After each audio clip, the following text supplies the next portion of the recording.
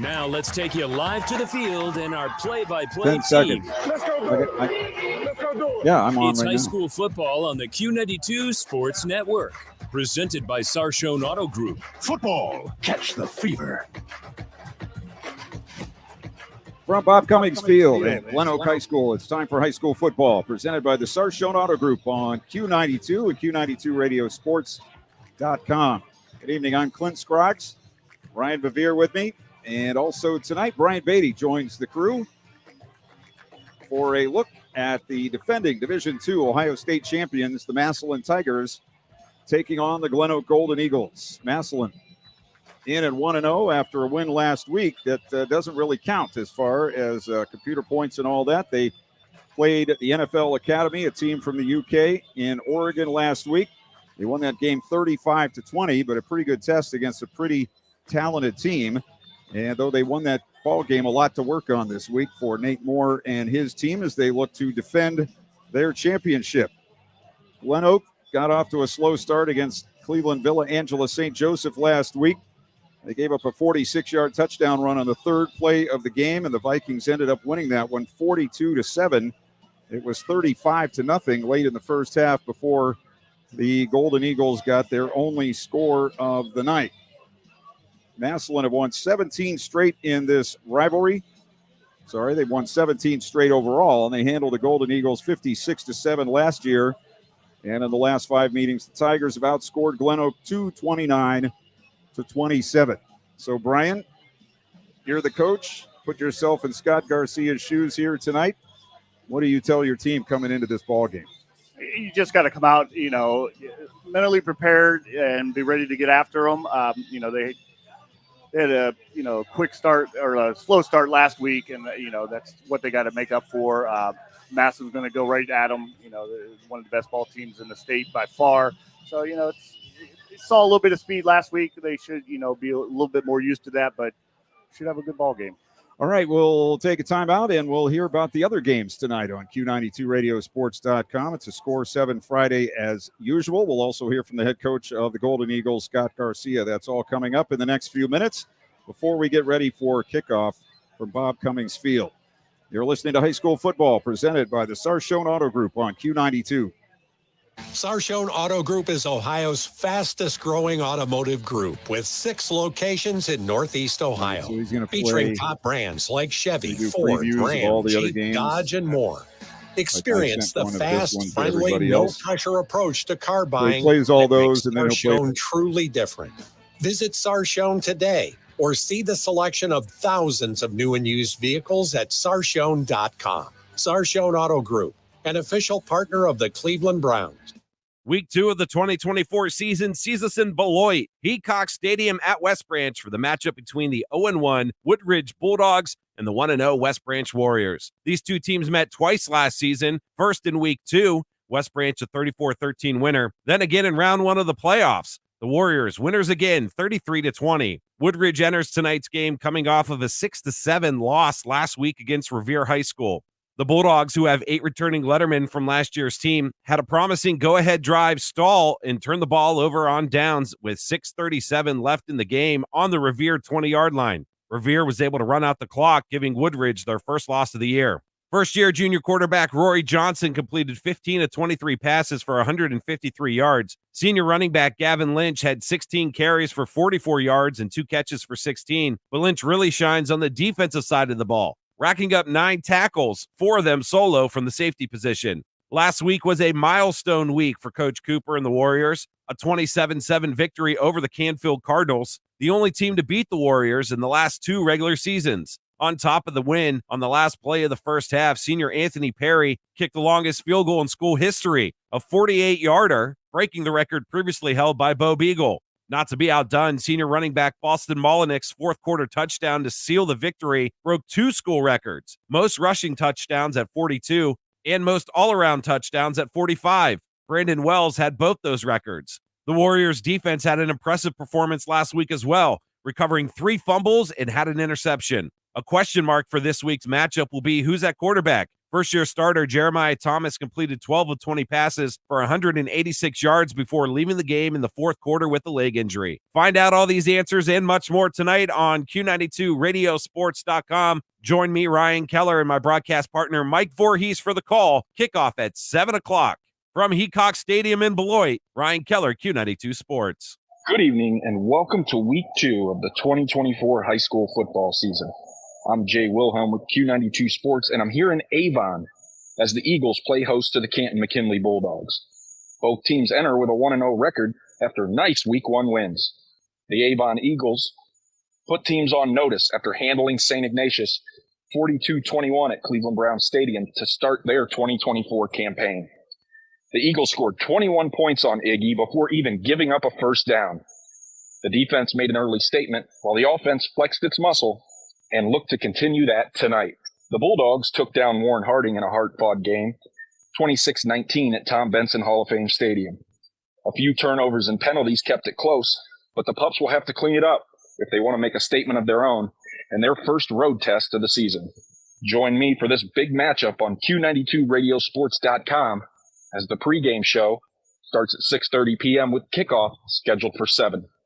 Again, live from Avon, this is Jay Wilhelm with Q92 Sports. East of Chicago Pizza on Lincoln Way in Massillon at the Mayflower Plaza has a deal for your Friday night football party that will make you the MVP. On Fridays, only after 4 p.m., pickup or delivery, you can get a large 3-topping pizza with an order of garlic cheese bread and a 2-liter Pepsi product for just $24. Customers need to mention the Friday Night Football Special and Q92. Don't miss out on the chance to score a touchdown for your party. Call East of Chicago in Massillon now, 330-837-9944. Welcome to week 2 of the high school football season. In this week 2 matchup, we will have a battle of unbeatens as the 1-0 Northwest Indians play host to the 1-0 Marlington Dukes. The Indians won their opening game on the road against Norton 29-14, and the Dukes won on the road as well 24-12 over Warrensville Heights. Northwest has the advantage at 2-1 over the last 3 years, but it was Marlington taking the win last season 31-21. Northwest will deploy a 2-quarterback system with senior dual threat Chase Badger and gunslinging junior Tyler Pappas. Badger was just 4 for 6 for 61 yards and a touchdown, while adding 75 rushing yards and another touchdown. Pappas himself was 11 for 16 for 164 yards and a touchdown as well. The Indians will be without starting running back Parker Kraft, who rushed for 45 yards in week 1, and they will look to junior Kellen Rainford, who rushed for 41 yards himself to carry the load. For the Dukes, it will be senior Bryson McCord to lead them at the helm. McCord had an okay game in his first week, going 11 for 21 for 160 yards with 2 touchdowns and 2 interceptions. Of those 160 yards, 120 of them went to Cam Evanich on 7 catches, and he scored both touchdowns. On the ground, it was all Luke Stanley, who rushed for 77 yards and a touchdown. Both teams like to have a good mix of run and pass, but only one can come out on top and move to 2-0. Will it be the Indians or the Dukes? Only way to find out is by tuning into Q92radiosports.com. For Q92 Sports, I'm Ian Herman. From beautiful Robert Fife Stadium in Massillon, Ohio, it's time for Week 2 Friday Night Lights in the OHSAA as Massillon Jackson hosts the Austintown Fitch Falcons. In Week 1, Massillon Jackson lost 36-13 against a very good Menor Cardinals team led out by West Virginia commit Scotty Fox. The Cardinals led early 14-0, but 13 unanswered from the Polar Bears made it a 1-point game going into halftime. But the Cardinals had the last laugh, 22 unanswered to end the game, giving them the big victory. Coach Rohr is looking to rebound this week as he looks to rely on his 20 returning lettermen, including quarterback Lucas Eckerman, to propel his Polar Bears over the Austintown Fitch Falcons, who had plenty of success week 1, a 49-12 victory over the Euclid Panthers. Running back Junie Higgs had 15 carries, 124 yards, and 3 touchdowns in the win. DeAndre Richard also had a nice day carrying the rock with 11 carries, 88 yards, and 1 score. And finally, a big man touchdown. The defensive lineman DeMar Rogers took a pick 6 to the house, 20 yards out. The junior had an excellent game, an all-around excellent game for Austintown Fitch, matter of fact. as Coach Parker this year looks to propel his boys further in the playoffs. It's year 5 for him, half a decade in the job. He looks to make this one his best. You can stay up to date on all the action and listen live on the Q92radiosports.com website. For Q92 Sports, I'm Nathan Smee. Get into SARTA and get SARTA Smart. Not sorta smart, SARTA Smart. Did you know we have 32 fixed routes? Just think of all the places that'll take you. So many of your SARTA destinations to shop, eat, entertain, have fun, learn, and earn. Catch any of them at our 4 transit centers. You'll find them in Alliance, Belden Village, Canton, and Massillon. That's how you get into SARTA and get SARTA Smart. Visit sartaonline.com/smart. Boardman has struggled in recent years. 5 straight losing seasons. They've missed the playoffs 3 straight years, but they returned 28 letter winners this year, including 11 starters. Head coach DJ Doda is in his 3rd year. They went 1-9 last season, and that was airing the ball out offensively. This year, they've revamped the entire offense, and they're running the wing T, despite returning their quarterback, Zach House, who threw for almost 2,000 yards last year and broke a record for completions in a season set by Bernie Kosar many years ago at Boardman. The Spartans do enter 1-0, though, with a 19-18 Week 1 win over Canton. As for the Lake Blue Streaks, they played a powerhouse team from Pennsylvania in McKeesport, who has a sophomore running back that's already committed to play at Penn State. But it was a couple things that helped the Blue Streaks eke out a 36-35 win in double overtime. One was the fact that they do have outstanding players on the defensive side of the ball. Defensive tackle Ryan Lippy is an Air Force recruit, and linebacker Charlie Christopher is an Ohio University recruit. Last week, Christopher was a game breaker with a fumble recovery plus a block punt. The player who really stood out, though, the coach's son, a sophomore, tied to George. He's burst onto the scene at free safety, 2 picks on the defensive side of the ball, plus he rushed for 3 touchdowns and had the game-winning 2-point conversion that he ran out of the Wildcat. This old Federal League matchup tonight, Lake playing host to Youngstown Boardman, and we'll have the game for you on Q92radiosports.com. For Q92 Sports, I'm John Bozica. Coming to you live from Louisville High School, home of the Leopards, where tonight they will host the Alliance Aviators and 2 teams looking for their first win of the season in Week 2. The Aviators come into tonight's game after losing their home opener and season opener last week to Padua Franciscan by a score of 34-6.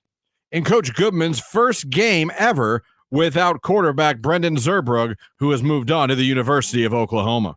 Junior Bo Davis has stepped into that role this year, and last week completed 10 of 22 passes for 77 yards and a touchdown pass in the loss. Junior Rayvon Hawkins was a focal point of the offense last week, carrying the ball 8 times for 41 yards and leading the team in receiving with 4 receptions for 28 yards and catching a touchdown pass. This week, Coach Goodman will look to get wide receivers J.R. Jackson, Brady White, and Tajay Nicholson more involved in the offensive attack. The Aviators are a very junior-heavy team, with only 4 of their 22 starters being seniors.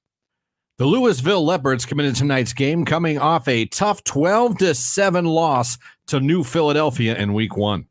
Their lone touchdown scored by quarterback Tate Aljancic, who found the end zone from the 3-yard line in the first half. The Leopards only mustered 93 yards of offense in the game and were led by running back Owen DiMarzio, who carried the ball 21 times for 51 yards. Both teams are looking to rebound in Week 2. Who will get their first win of the season? We'll find out tonight as Alliance takes on Louisville here on AM 1310 WDPN and streaming live at Q92radiosports.com. For Q92 Sports, I'm Christian Bigglesworth. RG Drag, Stark County's premier career center, offers programs that prepares its students at the high school level for careers and continued education beyond high school. Upon completion, RG Drag students have an immediate opportunity to obtain a well-paying job in many exciting career fields. We offer everything from culinary, dental assisting, engineering, sports turf and landscape, welding, and so much more. Contact RG Drag to find a program and career that's the perfect fit for you. RG Drag, where careers begin. Talking with the head coach of the GlenOak Golden Eagles. His name is Scott Garcia. His team comes in this week to a matchup against the Massillon Tigers.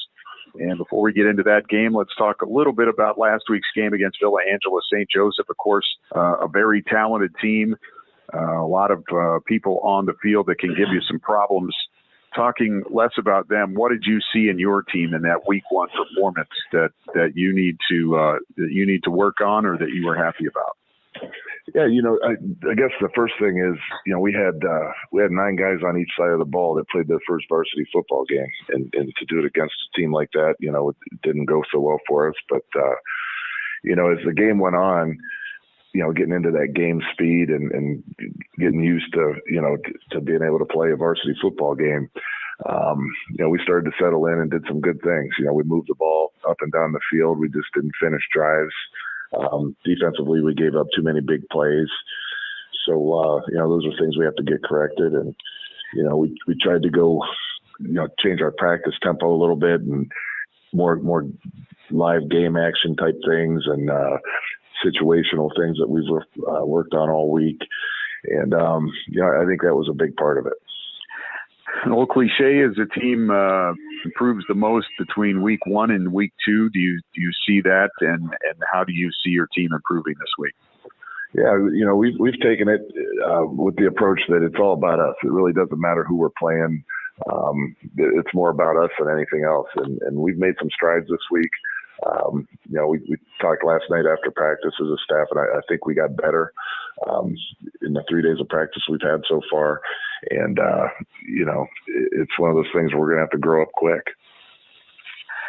Well, speaking of that, you have the Massillon Tigers this week, of course, the defending D2 state champions. You played them last year, and as I recall, that was one of the games last year that you would have liked to forget as quickly as possible. But coming into this year's matchup, do you see anything different in your team matching up against them? How do you see this matchup going? Yeah, it's obviously they're a very good football team. They got a lot of guys back from last year. I think their skill may actually even be better than it was a year ago. With their receivers and their quarterback, they're a little bit different offensively than they were a year ago. Defensively, they're solid up front and got great skill again in the secondary. So they're going to be a challenge for us. We're going to have to play well. We're going to have to prevent those big plays on offense, and we're going to have to sustain some drives and finish drives on the offensive side. Well, obviously, your guys can read the stories, and they know who they're taking on this week. How do you approach it when you talk to your team about this week? I know you said something about just concentrating on yourself, but trying not to let them get caught up in everything that they're going to be up against this week. Yeah, we've played in big games before. Obviously played them last year. We had some big games throughout the season last year. We finished up with St. Ed's in the playoffs. So our guys are used to playing good competition. They've played these guys all the way through, middle school through, freshmen and JV and all that stuff. So they know each other. And, we're not worried about that. I mean, we're going to, like I said, focus on us. And, it's a big game and you can't get excited for that. You probably shouldn't be playing. All right, that's head coach Scott Garcia of the GlenOak Golden Eagles. They take on Massillon this week. Coach, good luck and thanks for your time. Appreciate it. Massillon, are you looking for somewhere fun to pregame and celebrate postgame? Then head over to Erie Street Pub with their special football tailgate menu. You can indulge in shareable bundles of downright delicious wings, quesadillas, nachos, and much more. The homemade cinnamon rolls with cream cheese icing are absolutely to die for. They also have $3 domestics and a $5 drink of the month. Come be part of the excitement at Erie Street Pub in Massillon and mention this ad for $5 off your bill, excluding alcohol sales. This is high school football on Q92, presented by Sarshone Auto Group. Welcome back to Bob Cummings Field here on Q92, high school football, presented by the Sarshone Auto Group. And to the cheers of their fans, the playing of the band, the Massillon Tigers walk out onto the field as they get set for their first, I guess you'd call it, regular season game tonight against the GlenOak Golden Eagles. Massillon got 403 yards passing and 3 touchdowns from returning quarterback Jalen Slaughter last week. The second most passing yards ever for a Tiger QB. The record holder is Justin Zwick. Both Ricardo Wells, Braylon Tolles had over 100 yards receiving. Jameer Gamble, 58 yards on the ground. Though the Tigers did give up 346 yards of offense, 244 through the air. They also had 17 penalties for 154 yards. And their All-Ohio offensive tackle, Nolan Davenport, who's a Wisconsin recruit, was ejected in the fourth quarter of that game. I've heard, I don't know if this is true or not, Brian, but I've heard that coaches love to win and play. Yeah, so the next week they've got plenty to talk about. Even though they got that win, they've got plenty to talk about in practice in the film room the next week. Absolutely. There's always a reason to practice come Monday. And I think both of these teams, you know, I've always been told the biggest improvement and disimprovement you see is from week 1 and 2. You know, that first week, you see a lot of penalties, you know, a lot of mistakes, a lot of miscues. The younger kids, their legs kind of feel like rubber out there. So until they get used to playing varsity football and getting out there first Friday night, we'll see a big difference, I think, in both teams tonight. GlenOak last week, as we said, started slowly against Villa Angela St. Joseph. Ohio State recruit Bo Jackson ran for a 46-yard touchdown on the third play, and the Vikings won that game 42-7. Jackson, 1,700 yards last year, 160 and 3 scores against GlenOak, who were down 35-0 late in the first half before GlenOak got their first touchdown, and now our national anthem.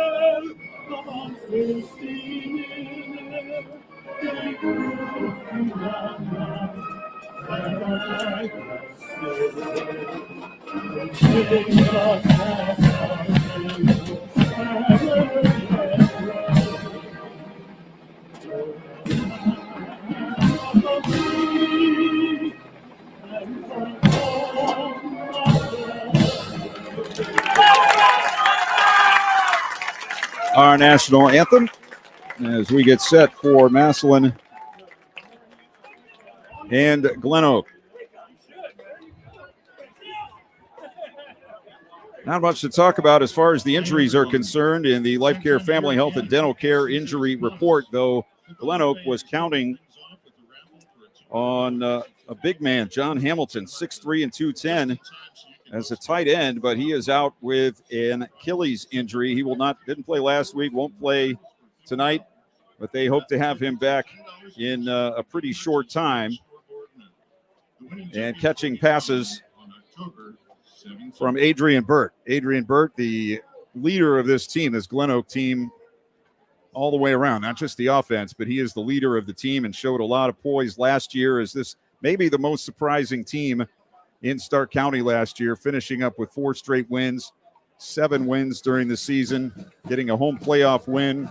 It took St. Edward to knock them out of the playoffs last week. A great story. Now you have to back it up.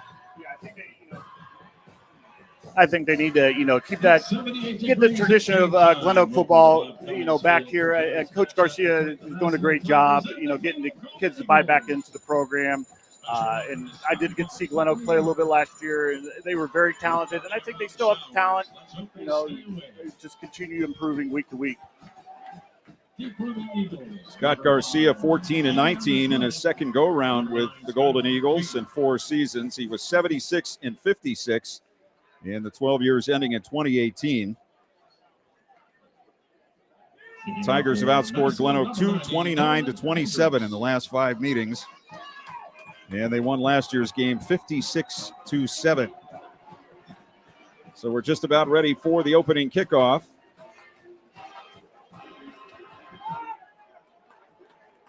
Mateo Herrera set up to kick it off.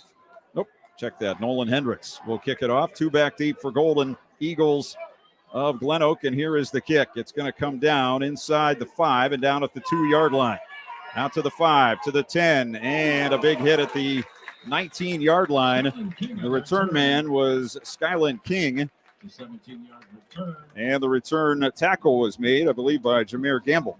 So it'll be 1st and 10 for GlenOak. Their offense has Aiden Lennon at center. Jeremiah Babbix and Mason Wallace on the left side. Carter Hall and Leo Villono on the right side of the offensive line. Adrian Burt, known as Milk, is the quarterback. Matt Rextus and Rome Cox, running backs. They come with 3 wide receivers, 2 out to the left, 1 to the near side as GlenOak now going left to right as we watch him. Burt back to throw, wants to throw it deep. Fires down the hash mark, and it is incomplete. Defensive back running stride for stride with the receiver, who again was Skyland King. And the coverage for the Tigers by Dalen Pringle. And it'll be 2nd and 10. We see the Tigers come out with the bomb a lot in big games on the first play, and nice to see GlenOak trying to open it up on their first play. Exactly. 1 out to the left. 1 to the near side right, and they have an H-back in the backfield. Man goes in motion. They'll hand it off to the second man through. He tries the left side, breaking a tackle, but only getting back to the line of scrimmage. Jerome Cox, who had the touchdown last week for GlenOak, is stopped right on the 20. So it's a 1-yard pickup, and it'll be 3rd down and 9 as the sun, for the first time this evening, is in our faces. We had the luck of cloud cover up until now, but right now we have the sun. 84 degrees, 66% humidity when the game starts tonight. And in the press box, it's about 92. 3rd down and 9. Burt with everybody up close. Going to roll to his right, going to throw a screen back to the left. It's caught. Lots of room. 20, 25, far sideline, and close to a first down as it goes into the GlenOak bench. That's Rextus. Let's see where they mark him. Well, they're going to mark him at the 28, so that's going to be short by a yard. All right, Coach. I tell you what, I like the last play call. It looks like Coach Garcia is going to play it safe here. They have some nice movement on the last play. They tried the home run the first play, so it might be measuring this. I thought maybe, but no. They were just checking to see if the chains were set up correctly, but it will be a punt formation here for Massillon for GlenOak on 4th and 1 on their own 28-yard line. They missed by a yard. We're picking that up. Well-executed play, but not quite enough on the yardage. Snap back, rushes on, kick is away, and it's not a very good one. Straight up, takes a GlenOak bounce over the 50 and picked up on the run to the 50 to the 45-yard line. That is Dalen Pringle, who caught the bouncing ball. A lot of times coaches say just leave those balls alone, but that one took a nice hop right up into his arms. Yeah, sort of shortstop there, came up and played it clean, so that was a nice play. But, a lot of times you just want to get it out of the way. Ball on the GlenOak 44. So the Tigers hold on their first possession. GlenOak won the toss and took the ball, but were unable to get a first down. And senior quarterback Jalen Slaughter on first down, play action, man coming at him, right up the middle, rolling out to his left, being chased, throws on the run, and it's caught inside the 30 and down to the 28-yard line by Ricardo Wells. And that is a nice throw on the run by a left-handed quarterback. Yeah, it was a very nice throw. He had some pressure up the middle and kept his composure and made a nice pass down the field there. So they pick up yardage to the 29. Another quick throw. This out to the far side right, and down the sideline goes Jacques Carter. They'll mark him out of bounds on the... Well, they haven't marked it yet. I think it's the 18-yard line. So that'll be another first down. That's a 11 yards in 2 plays, 2 first downs. So 2 to the near side, 1 out to the right. Slaughter with 1 back. Straightens up, throws near side near the screen, and a hit made in the backfield. Got away, but he's not going to be able to get downfield. Richard Harris making the catch. Nice play coming up from the secondary. Naz Corner coming up to make the tackle, along with Baskerville from the D-line. So a gain of only 1 on the play, 2nd and 9. We are 2 minutes into this first quarter.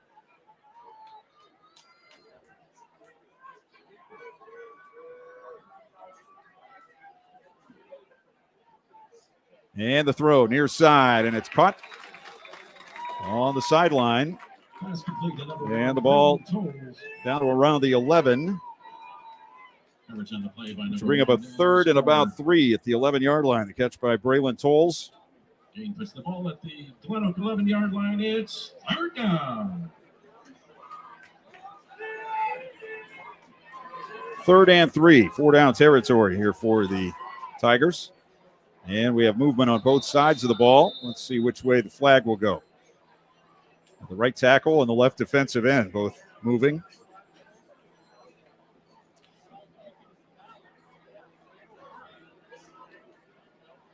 And it's going to be a false start against the Tigers. So that'll back them up to the 11-yard line. False start. Offense number 68. 5-yard penalty. As we said, the Tigers had 17 penalties last week. They had a couple of touchdowns called back. Scored 35 points anyway. But that's something Coach Moore has to be, wants to improve this week on for sure. 2 out to the right, 1 to the near side. That's Tolles. He goes in motion, now back out toward the sideline. As Slaughter's back to throw. Quick throw over the middle. It's caught. And an immediate tackle at the 10-yard line. A catch made by Logan Allman.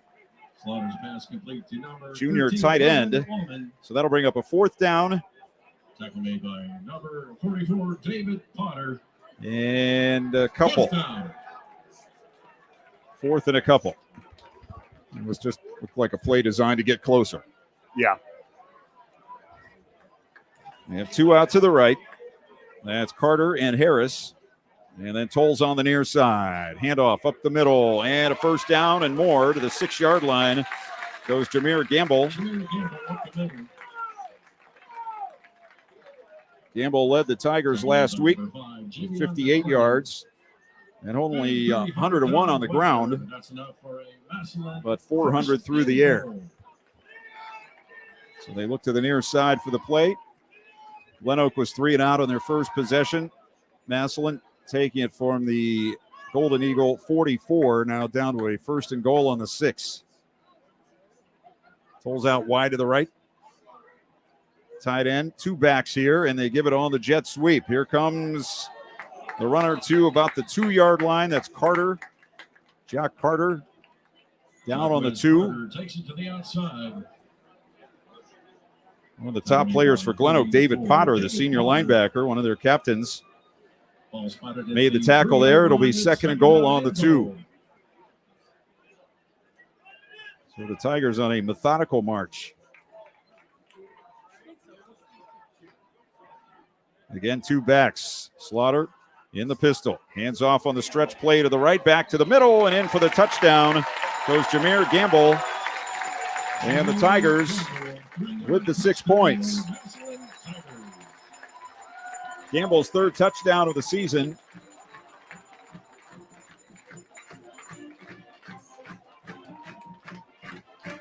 And just like that, Massillon on top. As Mateo Herrera will attempt the extra point.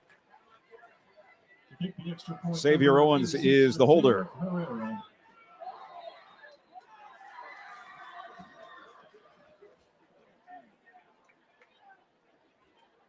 Good snap, good hold, kick up and good. 8:01 to go in the first quarter.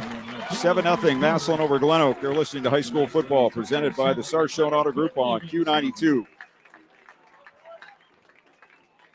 Finding the right space to open or relocate your business can mean the difference between success and failure. The real estate professionals at Putman Properties will help find the perfect commercial property to suit your needs. Putman Properties specializes in office, retail, warehouse, manufacturing, investment, and multifamily residential real estate. Looking to sell your commercial real estate? Putman Properties marketing professionals will utilize local, regional, and national networks developed over 30 years to command the highest yield available. Contact Putman Properties at 330-498-4400 or visit them online at putmanproperties.com. This is high school football on Q92, presented by Sarshone Auto Group. To buy or sell a home, your friends and family will tell you to call Ace. Stop by the concession stand to redeem your prize. Massillon takes it 44 yards on their first possession for the score. Ready to kick off for the Tigers, number 90, Nolan Hendricks. And Hendricks ready to kick it off.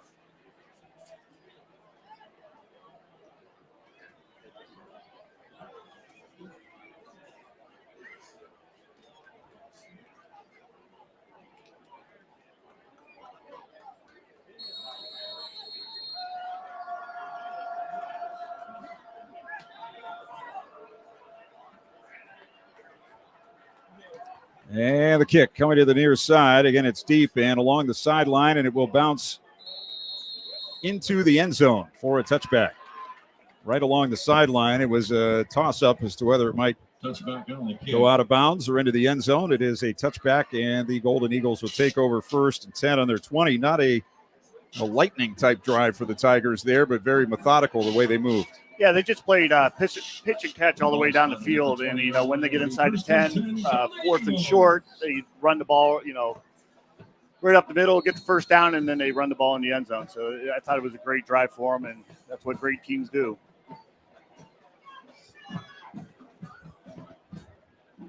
Adrian Burt at quarterback in the pistol.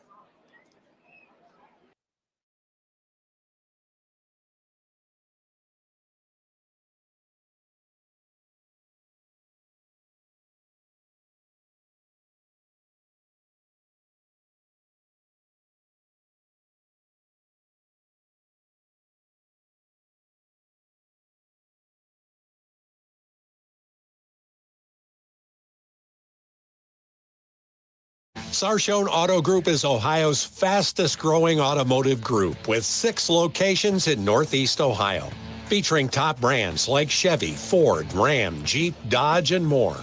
Experience the fast, friendly, no-pressure approach to car buying that makes Sarshone truly different. Visit Sarshone today or see the selection of thousands of new and used vehicles at Sarshone.com. Sarshone Auto Group, an official partner of the Cleveland Browns.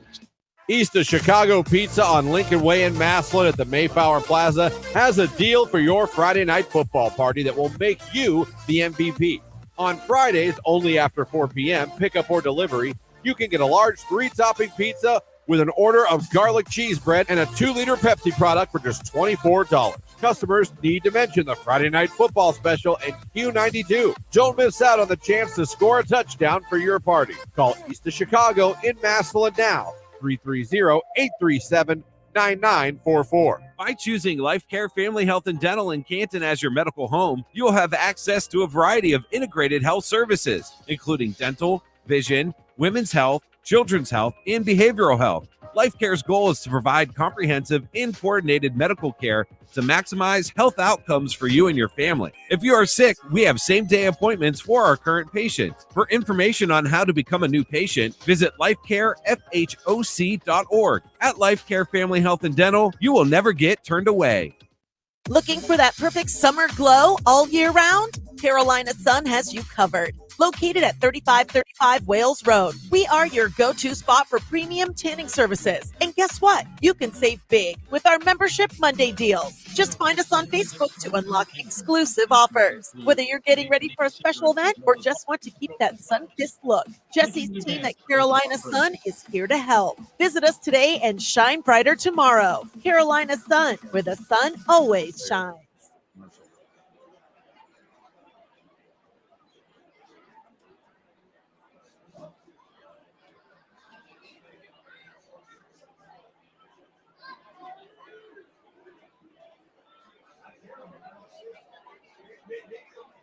done that at least once every week. And it's extremely hot in this press box, and everything in here has to be hot.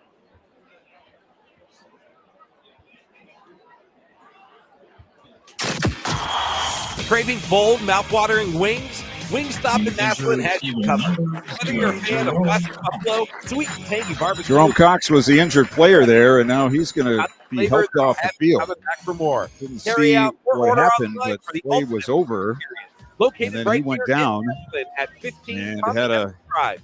Wingstop, where flavor gets the wings.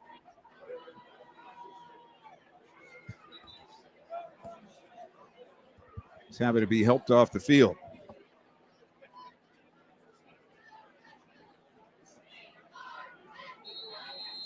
So the top ground threat is out of the game right now for GlenOak as Burt takes the snap. He wants to run to his left, turns it upfield, gets to the outside of the 20 and thrown down on the 21-yard line by Tyler Hackenbrack, one of the stars of last year's defense, back this year. Made by number 24, Tyler And so that'll bring up a third down here for the Golden Eagles as they've not been able to get out of their own end.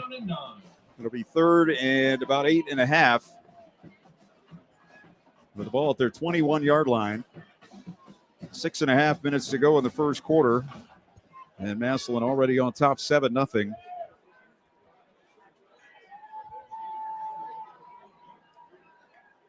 Burt back to throw. Immediate pressure. It's a screen again out to the left, and it's dropped. I believe that one might have gotten a first down, but looked like Dom Wagner, who was out there trying to make the catch, but he had it just bounce right off his hands, and you really need to make those plays in a game like this just to keep your offense on the field. Yeah, you got to stay mentally sharp. Twice now the screen's been there. They're trying to slow Massillon's blitz and their pressure up front, so they get these guys getting going a little bit fast, and they throw that screen on them, and that would have been a nice play. You have to make the catch first. Good punt. Good punt. Hackenbrack back to his 35-yard line, running out to the right and forced out of bounds near midfield. 44 on the punt and a return of about 15 as we're halfway through this first period. And the Tigers with a 7-0 lead. Let's see if they take one deep here. And number 85, John Hamilton. The ball spotted at the 50-yard line. It's first and 10, Massillon.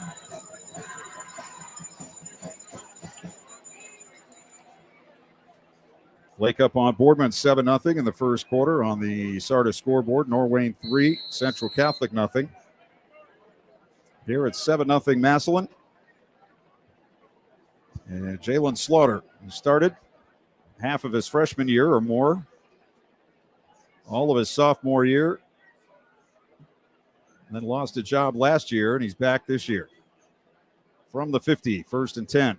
4 wide, 1 back. Slaughter back to throw. Bubble screen to the right. 50, 45 tolls, down to the 40 and close to a first down. Dragged down on the play by Javion McClendon, the junior.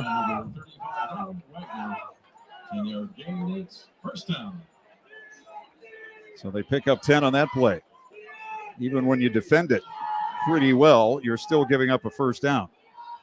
Yeah, the quarterback's reading that, makes that quick bubble pass, and he gets up the field quick. You get north and south as quick as you can on a play like that. Man in motion to the right. Handoff. Gamble running right, has a nice wall of blockers in front of him, and he picks up 5 or 6 more yards, maybe 7, maybe 8. And out of bounds. Let's see where they're going to put him. They'll put him on the 30, so it's a 10-yard pickup. That was literally a wall of blockers on the right side. I kind of shook my head there. That was that's a running back's dream there. You just stay low and stay behind those guys and just follow their backside. Tolls out to the right, 2 to the near side. First and 10 Tigers on the GlenOak 30-yard line. Slaughter back, steps to his right, steps to his left, eludes a man. Now he's going to run, and he's going to be brought down at about the 28-yard line. That's not the first time that GlenOak has gotten good pressure on Slaughter. That time he's able to go ahead for only about 2 yards, but he did avoid a loss. He's a passer first and a runner second. Yeah, that was very noticeable there. You know, they brought the blitz, but he kept his eyes downfield. That was nice coverage by GlenOak. Massillon didn't have anything underneath. They were looking to score on that one. It was great coverage. One out to the right, two near side, and then two backs. One in motion left. Slaughter will hand off on the stretch play to the left as a flag comes down. And it's Gamble to the near sideline to the 20, out of bounds, down around the 10-yard line. Now we'll have to check the flag. Corner and McClendon on the tackle. Result of the play is a first down. Head ball, sideline, flag. So it's a sideline warning against GlenOak. So not a penalty. So the play counts, and it'll be a first and goal for the Tigers on the 10. That's the things that frustrate you as a coach, especially early in the game. But were you ever the get-back coach? Did you have a get-back coach on your team? yeah, we did. We always had a get-back coach, but I try to stay away. I always knew when the head coach was turned around yelling at him, that's when things weren't going right. You had to steer them back into focusing on the game. Jack Carter out to the right side. Tolles to the near side. Little hold up here. Not sure what it's about, but they'll get ready to go here from the GlenOak 10. Massillon with a first and goal. Slaughter hands to Gamble. Running right, and he runs right into the arms of a GlenOak player in the backfield, and another flag comes in as David Potter makes the tackle, and then two flags come in late. Let's check those flags. Potter on the blitz, made the stop in the backfield back at the 12-yard line, and now you got four officials conferring in the middle of the field with three flags down. Yeah, great tackle by Potter there. That's an open field tackle, you know. One-on-one, that back can go anywhere, and he squared him up and made a great tackle there. But you got a full conversation going on down there. The first flag came in just about the time the tackle was being made, so maybe a blocking foul or maybe a face mask or something. And then the two flags came in well after the play. It seemed to have some people riled up. Alliance gets on the board. Cam Burton, a 93-yard interception return. So they lead 7-0 against Louisville. Offense, number 7, 10-yard penalty. Dead ball, personal foul. Defense, number 35. Both penalties will be enforced. Replay first down. So the holding will back them up to the 20, and now the personal foul will move it into the 10 as a half the distance, I guess. So they'll be right back where they started, first and goal on the 10. Northwest 7, Marlington nothing on the Sardis scoreboard. Badger to Nicky on a 4-yard TD pass. So the offenses are getting going here this evening. We're at 4 minutes to go in the first period. Tigers with a 7-0 lead. And they've dominated so far. GlenOak without a first down. Here's a run up the middle. Gamble with room inside the 5 and brought down around the 3-yard line. Javion McClendon with another tackle. Junior at 6'1" and 197. These defensive players are going to get tired tonight if it stays this way for GlenOak with the heat and just not getting off the field. Yeah, that's for sure. Number 13, Logan Allman had a great block back there. Him and 53 up front rather than all the way back the end of the zone. Draw play. Gamble up the middle. This time he is stopped. He was hit behind the line by Christian Skelvanitis and brought down by Carestas. Back at the 3-yard line. So it'll be on the 3, and it will be no gain on the play. It's third down. Third down and goal. We're under 3 minutes to go in the first period. Massillon with a 7-0 advantage. And on third down, Slaughter, quick throw out to the far side and nearly intercepted.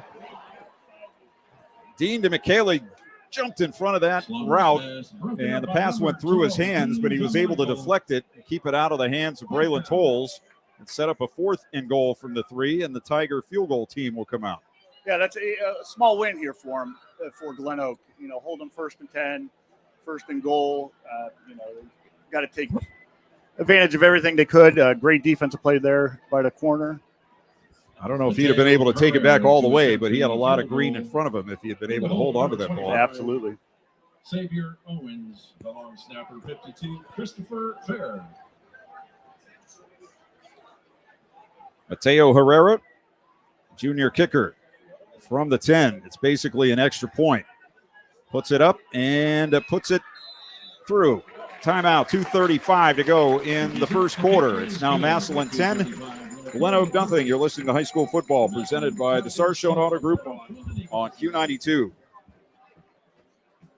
Buying a home is one of the biggest investments you will make in your lifetime. And for some, it's the very first time. You are going to want the guidance of someone with experience, integrity, and successful results. Joanna Belden with Howard Hanna Real Estate Services has proven time and time again that she is that someone. Working with the Belden Group of Joanna Belden and Cindy Aaronhall with over 29 years of combined experience and over $21 million in volume sold in 2023, you can feel confident knowing that you are in the best of hands. Call Joanna at 330-309-2343 or Cindy Aaronhall at 330-268-5063 or find them both at howardhanna.com. This is high school football on Q92, presented by Sarshone Auto Group. Kicking off for Massillon. Yeah, that's good there. Yep. All right, 10-0 for the Tigers as they get set to kick off again.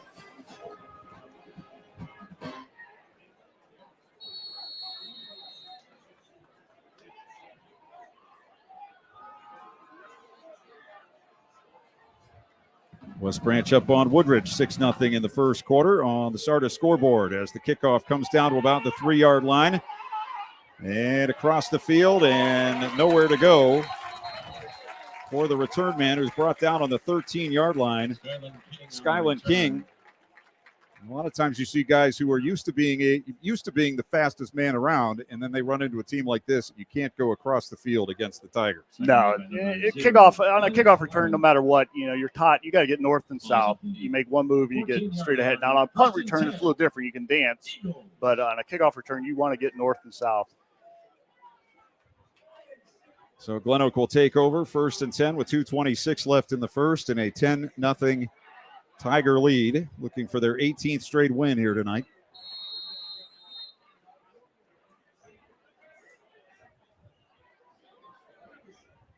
Late getting a man on the field. Now they have him out there. 2 out to the left, a couple of tight ends. Now we got whistles and timeout for the Tigers. So we'll take it with 2:26 to go in the first.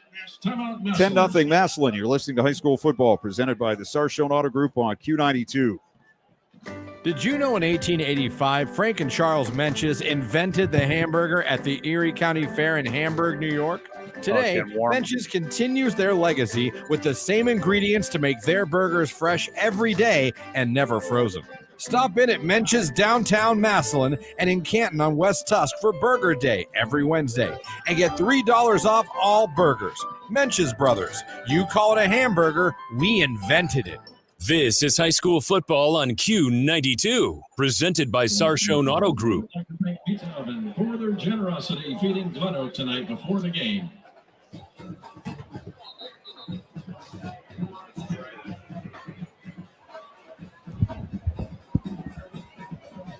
Out of the timeout, GlenOak with a 1st and 10. Adrian Burt in the pistol, turns, hands it off, run to the left, and a tackle by Hackenbracht. Now close to the 15-yard line, so only about a yard gain on the play. I think that was Javion McClendon. Another situation there where it looked like there was some room to run. There was a hole there, but then somebody's pursuit just came up and ended the play. Yeah, and Hackenbracht's just a football player, is what we call him. He has a nose for the ball, and he's going to find it and close down that quickly.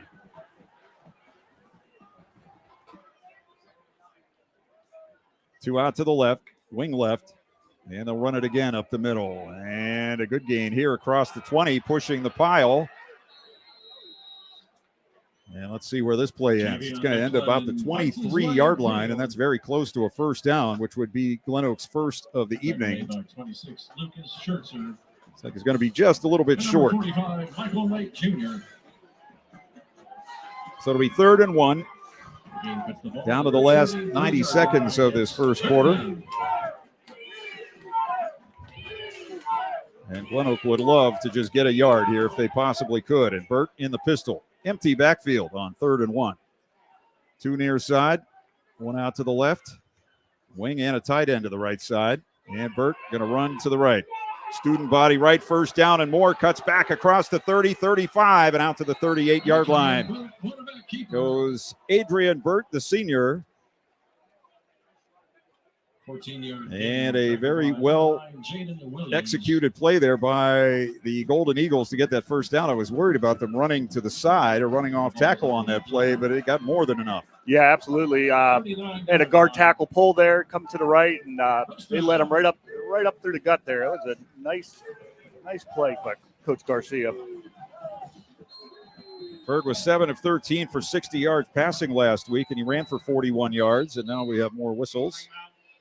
And the Golden Eagles take a timeout. So we'll take it with 46 seconds left in the first. 10-0 Massillon. You're listening to High School Football, presented by the Sarshone Auto Group on Q92. Meet Tanya Maddox, realtor with Pico Realtors, Auctioneers, and Advisors. Her expertise, residential real estate and land, with a vast knowledge of Massillon, Tuslaw, Navarre, and surrounding areas, and 4 children in the Massillon City Schools. She understands what makes a perfect home. Honest, energetic, and hardworking. The right person for all your real estate needs. Reach Tanya at 330-209-7854 or visit KikoRealEstate.com for Tanya's listing. Let's find your next home together. This is high school football on Q92, presented by Sarshone Auto Group. Back at GlenOak, we have 46 seconds to go in the first quarter. Massillon up 10-0. 7-7 Northwestern Marlington as McCord to advantage for 61 yards in a score. McKinley up 7-0 at Avon. Big matchup there on the North Coast tonight. 1st and 10 for GlenOak on their 39-yard line.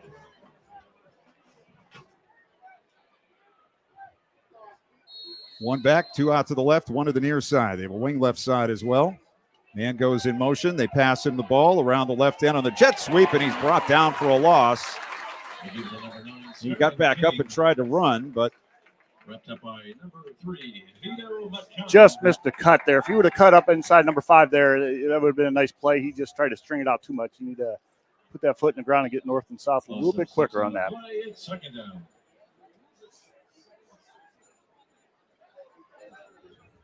So they lose back to the 33, which is a loss of 6 on the play. They don't have to run a play here before the end of the quarter. The game clock is at 8, play clock at 15. But they're lined up to run a play, and they do. Handoff, and nothing at all there for McClendon. And a late flag. And number 5, Javion McClendon. Tackle made by number 9, Jaden Williams. So 0's on the clock.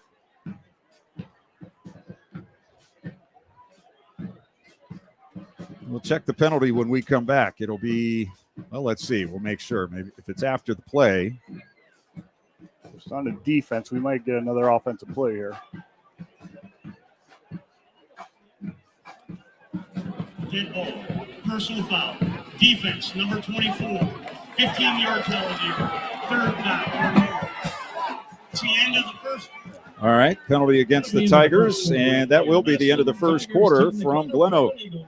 Massillon 10, GlenOak nothing. After 1, you're listening to High School Football, presented by the Sarshone Auto Group on Q92. Welcome to the Beauty Bodega, your one-stop sanctuary for hair, nails, massage, and more. At Beauty Bodega, you can unwind with a complimentary glass of wine while pros pamper you from head to toe. Whether you need a fresh haircut, stunning manicure, relaxing massage, or somebody to talk to, the Beauty Bodega is there for you. Not only will you look amazing when you leave, but their staff pride themselves on making you feel beautiful on the inside as well. Call today for an appointment, 330-265-7324. Sarshone Auto Group is Ohio's fastest growing automotive group with 6 locations in Northeast Ohio, featuring top brands like Chevy, Ford, Ram, Jeep, Dodge, and more. Experience the fast, friendly, no-pressure approach to car buying that makes Sarshone truly different. That would have been good for 25. Today, or see the selection of thousands of new and used vehicles at Sarshone.com. Sarshone Auto Group, an official partner of the Cleveland Browns. This is high school football on Q92, presented by Sarshone Auto Group. Back here at Bob Cummings Field, Clint Scroggs. And Brian Beatty and Ryan Bevere, and a 10-0 score in favor of the Massillon Tigers over the GlenOak Golden Eagles. And the penalty at the end of the quarter was a 15-yarder against the Tigers. It was after the play, so it brings up a 3rd down and 5 here for GlenOak from their 44. Now working from our right to our left. Burt in the pistol, brings a man in motion, passes him the ball. And he's trying to get around the end. He cuts inside the block this time and only gets about a yard. Ball carrier was Dean DeMichael. And that'll be a 4th down for GlenOak. Kind of surprised by that call there, Coach. I don't know if that's what I was expecting. No, I wasn't, but just watching that play, if he keeps that, Burt, you might see him fake that toss and keep it around the left end. He ended up blocking a corner halfway down the field. We'll look for that later. Here is the punt. Snap a little low, but the kick is away and a nice spiral. Hackenbracht up to take it on the 22 to the outside on the far sideline and out across the 35. And there's a flag down on the field in the area of the tackle. It was there before the ball carrier arrived. Tackle made by number 1 as corner. So about 32 on the punt. Also on the tackle number 22, Landon. And return of about 13. Now we'll check the flag. 2 flags over there, actually. Love seeing Coach Moore. Kids are coming off the sideline, and he's telling them, when you go to block a punt, they were close to that. You got to cross your hands. A lot of times you go straight out with your hands like Superman. That ball goes right in between there. So you want to cross your hands, and he was going over both of them with a personal foul, hands to the face, kicking team. Personal foul, hands to the face, receiving team. Those penalties offset. Replay 4th down. So I'm going to have to kick it again. Apparently a couple players The ball will come back to the GlenOak 45 engaged line. there, and the officials just trying to tamp things down as much as they can. I think they're trying to trade helmets. One was trying to take each other's helmets off there. You do that after the game. You Yeah, do that exactly. The jerseys after the game. So another punt situation. Sean Leahy is the punter for GlenOak. And 2 back for the Tigers, back around their 20-yard line. High snap, but flags. And They might have got a 1st down here. it is 4th and 4. An offside penalty would give the Golden Eagles a 1st down. Dead ball, encroachment, defense, 5-yard penalty, results in a 1st down. Well, we don't have official statistics, but I'm going to say that's 5 penalties or so on the Tigers. Absolutely, yeah. Number 5 here, it was outside. He was covering up the gunner, and he just took off early to get on him. That's one you don't make. You got to keep your eyes down on that ball and make sure it's snapped before you move. Northwest 14, Marlington 7 on a 10-yard pass. So the Indians looking to go 2-0. Lead it on the SARTA scoreboard. So GlenOak right on the 50-yard line with the 1st and 10, 11-13 left first half. Massillon up 10-0. Burt with a man behind him. It's Dom Wagner, and he gets it up the middle and trying to push his way forward, and he does for a nice gain straight up the field. One of his offensive linemen helping him, Mason Wallace, pushing forward, and they pick up 5 on the 1st down play to the Massillon 45. Gain of 5 on the play and 2nd down. Burt to the far sideline to get the play. And his center, Aiden Lennon, the senior, over the ball. Rextus, the H-back. 1 back, 2 receivers out to the right. Burt in the pistol. Takes the snap, rolls to his right. Being chased, throws on the run into traffic, and it's intercepted back on the 31-yard line by Vito McConnell. So McConnell picks it off. They had an interception last week by Lennox Lemon and have their second of the season here tonight. And the first turnover of the evening will give the ball to Massillon on their 31 with 10.5 minutes to go in the second quarter. Yeah, he rolled off to his right there, and he was well covered. He was better off just throwing that ball out of bounds. Had a little bit of pressure, so I'd like to have that one back, I can imagine. First and 10 for the Tigers.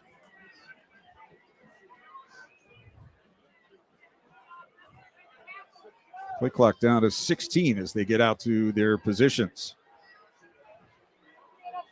Slaughter in the pistol. Two backs. Turns, hands it off. Up the middle, over the right side, and a nice run up the middle to the 40 and to the 41, close to a first down. That was Jameer Gamble. Julian Jenkins. Gamble at 5'10 and 190. Another one of those guys for the Tigers who's not only quick, but stronger than he looks. Two receivers each way here on first and 10. Slaughter, quick drop, throw far side, and the receiver has to go down to the field to make the catch. That's Braylon Tolles, who makes the catch on his knees on the 46, so it's a 5-yard pickup. He's so smooth on those passes. They're on their break still, and the ball's in the air. You can tell they just rep this over and over again. 5 on the play. Second and 5. Slaughter doesn't have the big arm, but he's very accurate. Back he goes, and he's in trouble. He's grabbed, he got away. Throw to the near side, and it is dropped. Jock Carter turning to run before the ball arrived, and he had that one bounce off his chest. Coverage by R.J. Hairston. Very easily could have had a sack there. Into the backfield for GlenOak was Derico Jordan, but he couldn't hold on to the quarterback. And it'll be 3rd and 5 on the 46. Tolles out to the left. Two in the backfield behind the quarterback and one wide to the near side. Slaughter straight back, middle throw, catch, and a first down. The ball's ripped out, but a Tiger picks it up, and he's down on the 45-yard line. A man making the recovery was Christopher Fair, junior lineman.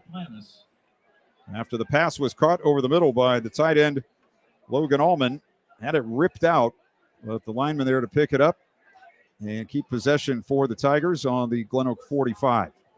Correction on the recovery. Number You talk about defensive pursuit. That's offensive pursuit. That's the lineman getting downfield and be able to pick that ball up. Slaughter back to throw. No rush this time. He's going to go deep down the middle, and he's got a man. First down inside the 20.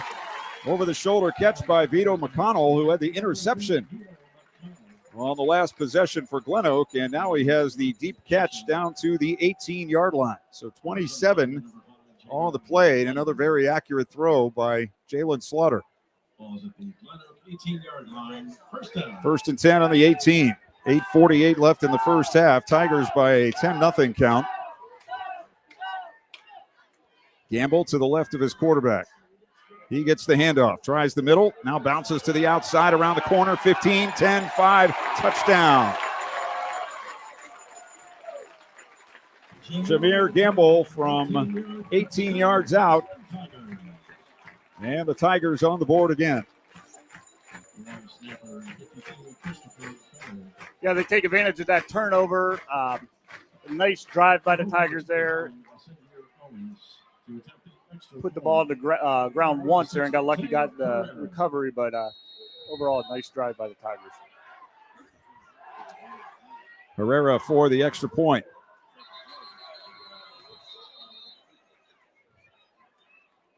And a whistle. This is not going to make Coach happy.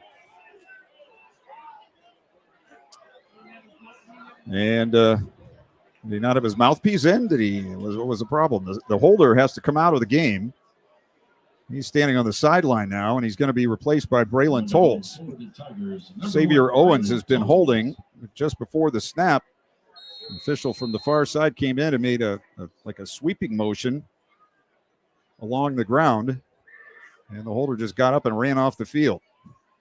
Good snap. The hold is good. The kick is good. 8:33 left first half. Massillon 17, GlenOak nothing. You're listening to High School Football presented by the Sarshone Auto Group on Q92.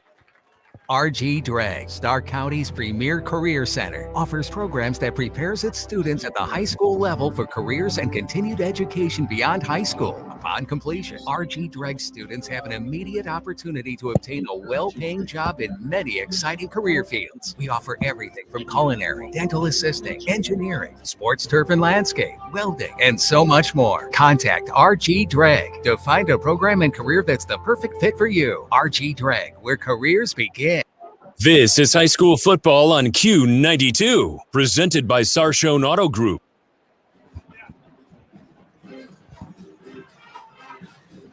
$17-0 here for the Tigers on the Sarda scoreboard. Dover leading Canton South 10-3. Crestwood 16, Minerva nothing. Lake 21, Boardman nothing. Sandy Valley 2, Manchester 0. McKinley up 7-0 on Avon. Norwayne 17, Central Catholic 7. Tuslaw 7, Chippewa nothing. Alliance 7, Louisville nothing. And Marlington now up, Northwest up on Marlington in that game. Stay tuned. We'll have the Putman Properties halftime show coming up at the break as the kick is away high and far to the corner of the end zone again and out of the end zone for a touchback. Nolan Hendricks, the backup kicker, has been very good at his kickoffs directionally, and he's had 2 go out right by the pylon for a touchback. It's such a weapon, especially in high school football. When you have the special teams and you got kickers that know how to kick the ball, that is huge. GlenOak lost their top running back on their second possession. And that being Jerome Cox, who went out with what seemed to be a knee injury.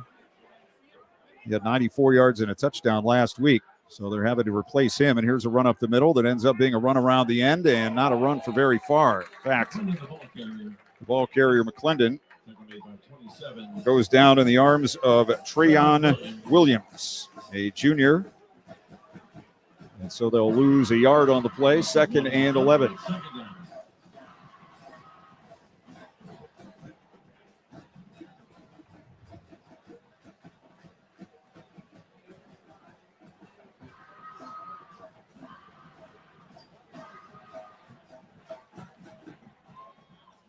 Adrian Burt in the pistol. 1 man behind him. 3 receivers. Play action. Burt runs it himself, and he's going to be crunched at about the 20-yard line. And a late hit. Another penalty for the Tigers. Taken made by number 9, Jaden Williams. Flag down. And that was obvious. After the play was over, the man was down. The Tiger came in and just knocked over a GlenOak player. Yeah, absolutely. There's no reason for that, and I know that has to tick off Coach Moore. This is what you want to clean up coming into week 2. They had a bunch of penalties week 1. These big 15-yard penalties are no reason for them. Well, the Tigers nearing 30 penalties in a game and a quarter and a half for the season. Burt, empty backfield, takes the snap, runs to his right, no room to go. And he's going to go down right at the line of scrimmage. Kind of reading that. I like to see that jet motion come and have him read it off of that. Also on the tackle, number 5, Mylan Lennox. So it will be 2nd down. No gain on the play. It's 2nd down. And 10 to go. 7:05 left in the first half. 17-0 for the Tigers.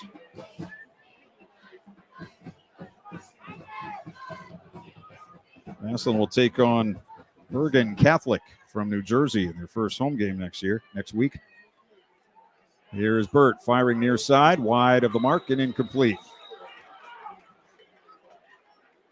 Javion McClendon coming out of the backfield. Number 5, Javion McClendon is incomplete. Burt made the throw and was a couple yards away, so hard to tell if the throw was off the mark or if the route wasn't quite right. Yeah, it's kind of hard to see. We went about 8 yards on that out. That's usually typical where you want that spot, but I think it's just, you had a little pressure and just didn't hit that one. One out to the right, 3 to the near side, and 1 in the backfield. No tight end here for GlenOak. On 3rd and 10 from their 35. Burt rolls near side, throws on the run, and it's almost intercepted. Diving attempt by Dalen Pringle. First pass nearly intercepted by number 6, Dalen Pringle. And so that will bring out the punt team for the Golden Eagles. I think they got away with a hold there on the end of the offensive line. As it is, it will be 4th and 10. Number 4, Sean Leahy. Into the Tigers. Leahy was going out and up there, and Burton threw the out, and he was already on his way to the up. So felt like he didn't get picked off. Punt formation, 2 back for Massillon on their 30-yard line. Good snap, no pressure this time. End over end kick. They fielded on the 32. That's Pringle out to the far side. Runs through a tackle to the 50, out of bounds. And let's see where they mark him. There's a flag down behind the play. They're going to mark him on the GlenOak 45. 20 yards on the return. Flag down. I believe it's going to be a illegal block, one of those cutback blocks they call, or personal foul, blindside block. Blindside. 87, 15-yard penalty, first down. Now, I had a partner years ago who was a old-time football player. Not that old, same age as me. But anyway, he said if you blindside, that's not what they call it. They call it an Anyway, his idea was if that happens to you on the field, that's your fault rather than the blocker's fault. Yeah, it is. It's a safety issue now. You know, it's come a lot. You know, the last I'd say 5 years that right. A defensive player block. I guess that's you the could one. call it. Yep, that's the one. But yeah, you got to coach kids up. The ball gets past you, just can't block anymore. It's just if the ball's past you. Here's a run up the middle. And out across the 40 to the 44, 45-yard line goes Peyton Mitchell, who had a very good season last year as the backup running back. He had only 4 carries for 7 yards in the game last week against the NFL Academy. He got more than that there. He picked up, well, he got 7 on that play. 6 minutes left first half, 17-0 Massillon. Tigers on their 45 with a 2nd and 3. They're wearing the white jerseys tonight with the orange pants and black numbers. GlenOak in the green jerseys. White numbers and letters, white pants. And a fumble in the backfield, and the Tigers fall on it as it was a mix-up. Like Slaughter, well, one of them went the wrong way, whether it was Slaughter or Mitchell. And when Slaughter turned back around to hand off the ball, it just bounced off his hands. And a loss back to the 44 will bring up a 3rd down and 4. Being a former running back, that was absolutely the quarterback's fault. You know, that's like 100% of the time, exactly. Right? 2 to the left, 1 to the near side. 2 backs. As Slaughter. Quick throw near side, batted down, incomplete. Knocked down by Christian Slavonitis. Knocked down by number 86, Christian. So it will be, let's see, 4th down and 4. And the Tiger punt team comes out. And Hackenbrack number 24, Tyler Hackenbrack, will kick it away.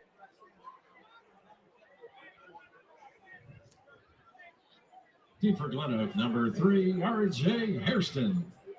West Branch 26, Woodridge 7 on the Sardis scoreboard. Hackenbrack gives that one a ride and a fair catch inside the 20, taken at the 15 by R.J. Hairston. And so 41 yards on the punt, no return. And the kicking game in midseason form tonight for the Tigers. Avon and McKinley tied at 7. And Alliance leading Louisville 14-0 on the Sardis scoreboard. 5 minutes away exactly of football from the Putman Properties halftime show. We'll have news, scores, and highlights of the first half.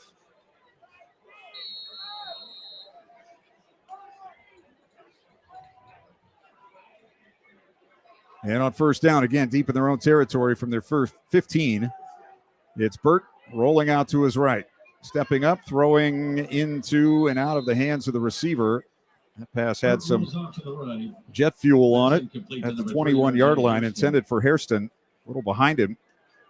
Yeah, he runs a little waggle route there. That needs to be a quicker throw. That's set up as soon as he comes out of that waggle break. That ball needs to be there, and it just, either the receiver broke it off too early. That was almost just a throwaway there. So 2nd and 10. Eagles trying to throw the ball in the last couple of possessions and not having much success, and that's keeping the clock from moving very much. Here's a run up the middle, and out to the 19-yard line goes McClendon. So he picks up about 4 on the play, and it brings up a 3rd down and 6. Second made by number 9, Jaden Williams. Also on the tackle, 13, Logan Allman. 3rd down and 7.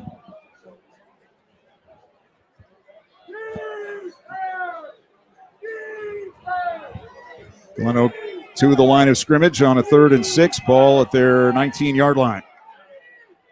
Sent 2 out to the right. They have a wing right, tight end on that side as well. Burt takes the snap, rolls out to his right. Under pressure. Now he wants to run it, 15-20, and bouncing off tacklers, finally down on the 24-yard line, which is a 5-yard pickup, and it'll be 4th down and a yard or 2.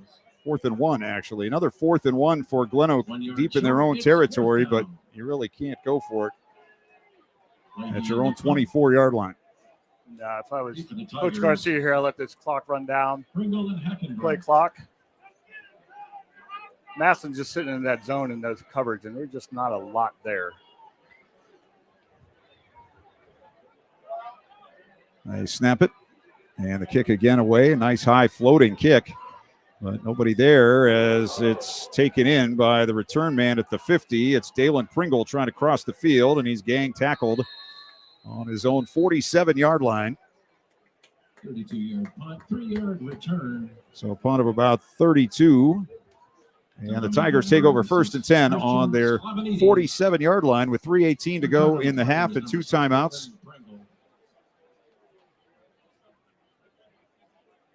Ball's at the Massillon 47-yard line. 1st down.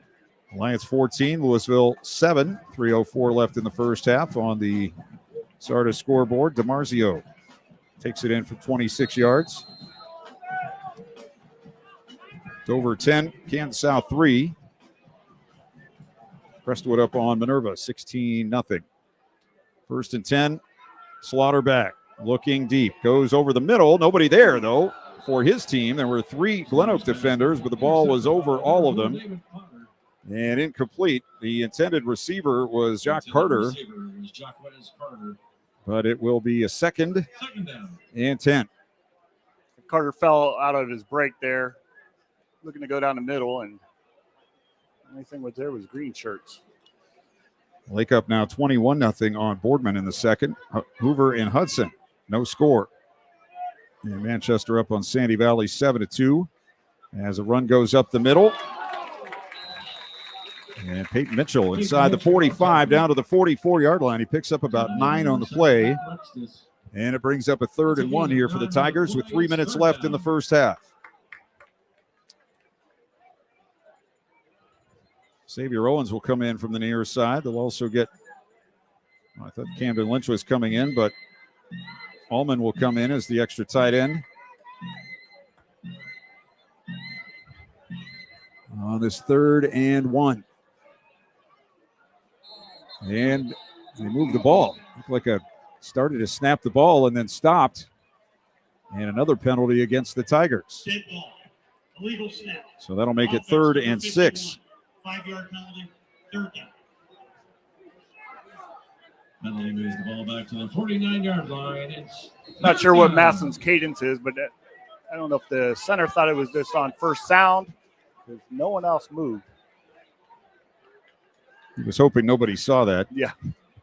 When he basically went halfway through with the snap. They bring in a couple new ones from the near side, Richard Harris and Ricardo Wells in. So they go 4 wide, 1 back. And the snap. And again, they were off. Yep.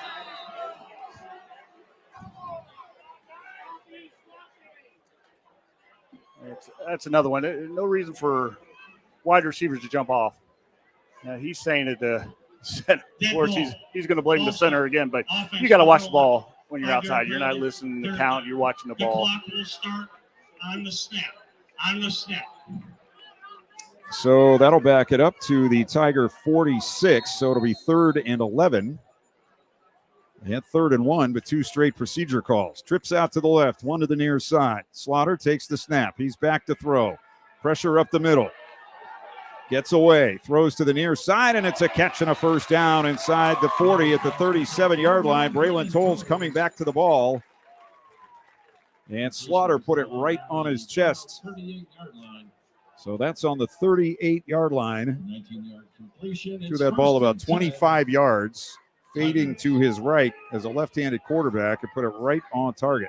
Very impressive there. And once again, Massillon, some mental mistakes there, and then they come back and make a great play. And now we have whistles and a timeout for Golden Eagles. So with 1:46 left in the half, we'll take a break. 17-0 Massillon. You're listening to High School Football, presented by the Sarshone Auto Group on Q92.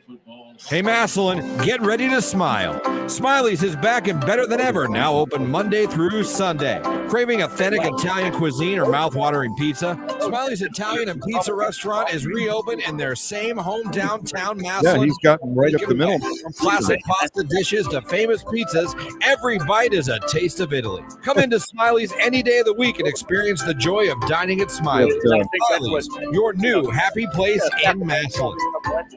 This is high school football on Q92, presented by Sarshone Auto Group. All right, 1:46 to go in the half. 17-0 Tigers on the Sardis scoreboard. And we're talking in the break there about the trouble that the Tigers are actually having blocking the nose man for GlenOak, which might be causing some of these snap problems. Yeah, for sure. Big sophomore out there, Jenkins, putting a lot of pressure on him. And, as a center, snapping the ball and have to, take your first step or reach, there's a lot to that. You want to get rid of that ball quicker than the guy coming down on you. Here's Slaughter back to throw, sets up, fires deep downfield. Man there at the goal line, and he makes the catch. Jacques Carter on another on-target throw from Jalen Slaughter.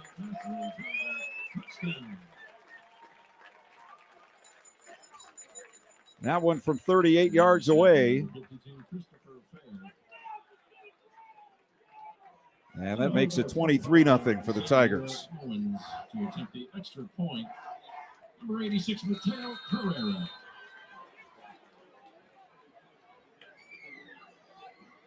Herrera for the extra point. High snap, ball gets away, and he's going to be tackled back on the 10-yard line. So now another flag. What's that about? The second quarter. The Massillon Tigers 23, the GlenOak Golden Eagles nothing. No idea what that flag would be about. No. Well, that was a clean hit.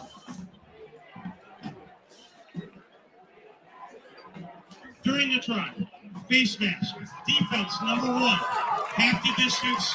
That was my only guess there. We couldn't see that from here. It was on the other side of the players, so they'll get another chance here. So the Tigers botched the extra point, and GlenOak allows them to get another opportunity. West Branch up 39-7 now on Woodridge. Still 4:40 to go in the first half. Lake up 21-0 on Boardman on the Sardis scoreboard. So Herrera with another opportunity. As Owens holding, good snap. Hold and kick are good. 1:40 to go first half. Tigers 24, Golden Eagles nothing. You're listening to High School Football presented by the Sarshone Auto Group on Q92. High school football exemplifies the true meaning of teamwork. At Friends and Family Credit Union, our team of local friendly professionals offer the same true spirit for our members with a wide array of products from vehicle loans to personal loans, family secure checking with ID Protect, mortgage, home equity line of credit, and more. For over 60 years, we have the game plan for your financial well-being. Visit any of our 3 convenient locations, online or mobile banking. Now, more than ever, it's time to bring a friend into the family. This is high school football on Q92, presented by Sarshone Auto Group.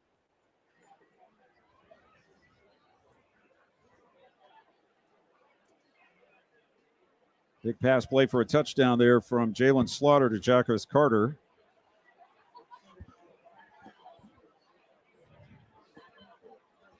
For GlenOak, number 5, JV McKinley. Yeah, absolutely. Slaughter, once again, just stays in the pocket. A lot of composure, and he just puts the ball where the receiver is going to be. That's just constant rep, confidence in your wideouts, but once again, just a very accurate throw. Carter caught 4 for 75 and 2 scores last week as the kickoff comes down to McClendon inside the 5 to the 10, up the far side, 20, 25 and out of bounds. So the best return of the night for the Golden Eagles with 1:35 to go in the first half.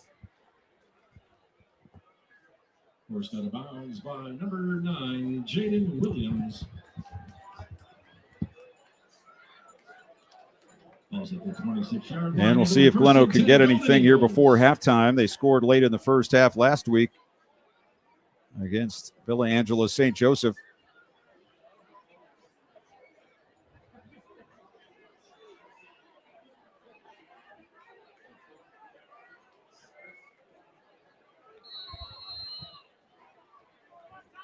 Two receivers stacked either way, and one in the backfield. Adrian Burt takes the snap, straight back to throw. Now flushed out, rolling right, throws, caught, short gain, out close to the 30-yard line. Sean Leahy with a catch. The junior has it to just short of the 30. They'll mark it touching the 30-yard line, so 2nd and 6 with 1:20 to go in the half. Gain of 4 on the play. It's 2nd down.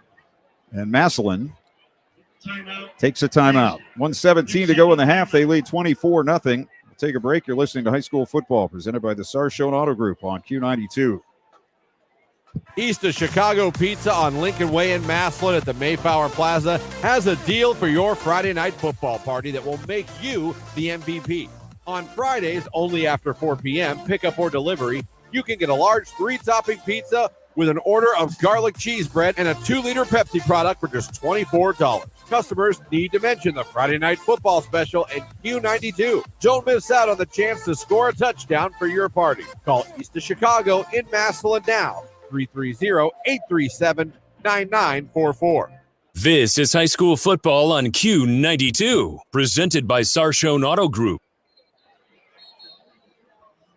So the Tigers call time with 1:17 left in the half, up 24-0. And GlenOak with a 2nd and 6 on their own 30. Tigers with 1 timeout left according to the scoreboard.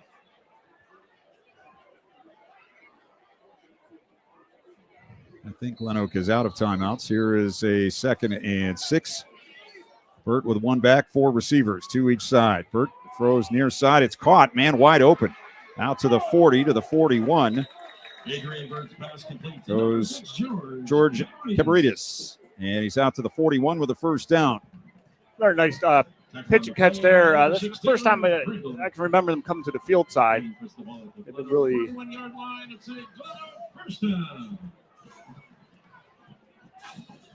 Trips right, one to the near side. Burt rolls right, throws out of the right flat. It's caught, and right out of bounds goes the receiver, Sean Leahy, at the 48-yard line. So that's a 7-yard pickup. Tigers maybe playing a little softer here on this possession. They'll spot him on the 49, so it'll be 2nd and 2 with 50 seconds left in the half. Remember the Putman Properties halftime show coming up with news, scores, and highlights from the first half. And we'll try to get some band action for you as well at halftime. Tigers showing blitz. Burt going to run it up the middle and gets outside to the right. 50, Flag down, 40 and out of bounds on the 35-yard line. And this one probably coming back. That was not what the Golden Eagles needed there, if this is in fact a hold, and it is. So wipe out the 15-yard gain.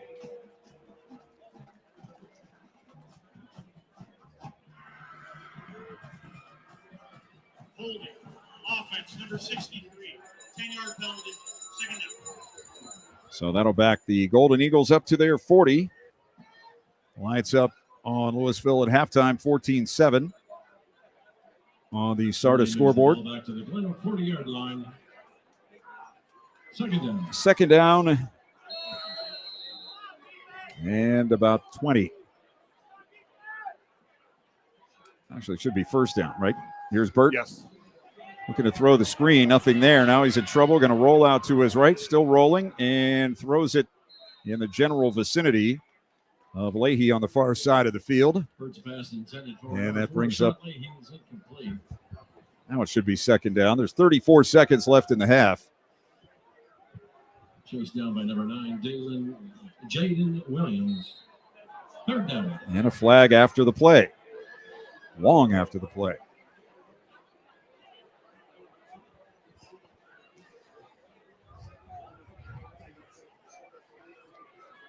Dead ball. Unsportsmanlike conduct. Offense, number 2.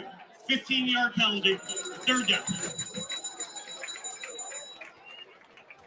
Well, we've seen quite a few of the personal fouls and late hits, etc. And this one bites GlenOak. And just a moment ago, they had the ball on the Tiger 35, but that was called back by a holding penalty. And now this penalty puts it on the 25. I'm saying third down, but It'll be second down. should be second, I think. Holding was on the first down play. They need to go to the Tiger 49, and they're on their own 25. Burt fakes the handoff, runs right up through a hole, breaking tackles out across the 35, and a nice run out to the 36, and the Tigers take their last time out. Tackle made by 13, Logan Allman. With 26 seconds left in the half, we'll take it. 24-0 Tigers. You're listening to High School Football, presented by the Sarshone Auto Group on Q92.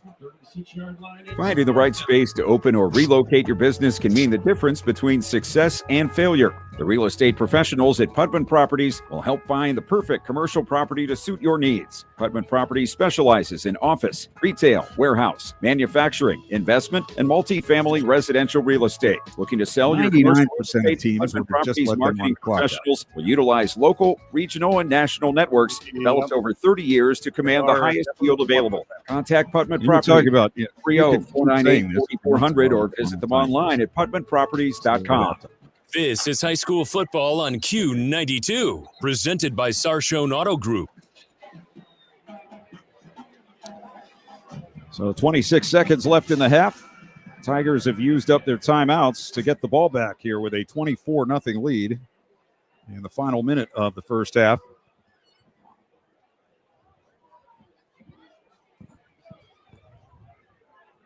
For GlenOak, number 4, Sean Leahy. In for the Tigers, Galen Pringle, Tyler Hackenbrand. Kick is away. A good kick. Pringle on his 32, bringing it ahead. 40, 45, and out close to the 50. That's where the Tigers will have it with 15-ish seconds to go in the first half. 14 seconds on the clock. Tackle made by number 22, Landon Gilmore. Imagine Coach Moore is going to probably take a shot here, unless he was just trying to see if we could block that punt. They had a little pressure. Great punt by the punter, getting it out of there quick. He's had a nice night tonight. Unfortunately, he's been a little too busy. Absolutely. The Tigers up 24, taking their timeouts to get the ball back. And now the Golden Eagles move early. Dead ball. Encroachment. Defense, number 72. 5-yard penalty. First down. So put it on the 45 now with 14 seconds left in the half.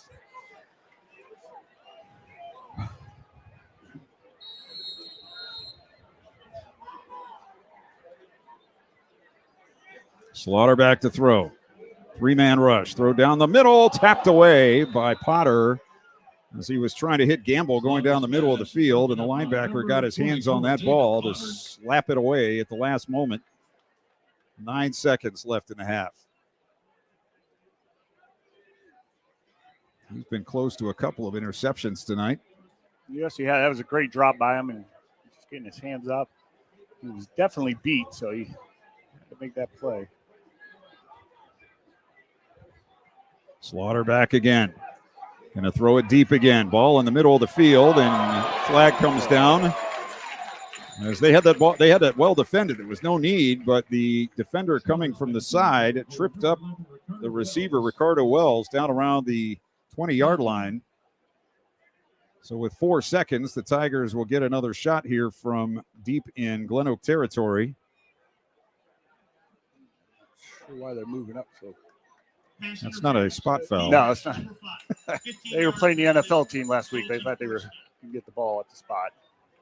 So that'll move it down to the 30.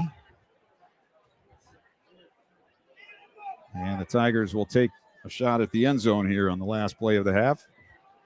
What should be the last play of the half. Yeah. Unless there's an extra point. Trips left, one to the near side. Slaughter takes the snap. 3-man rush, throws deep far side, end zone, touchdown.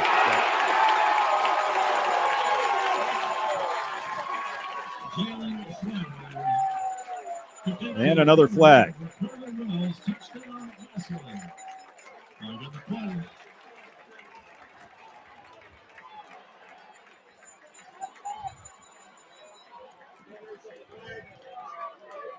That was, 30 yards, I believe, and another one where Slaughter,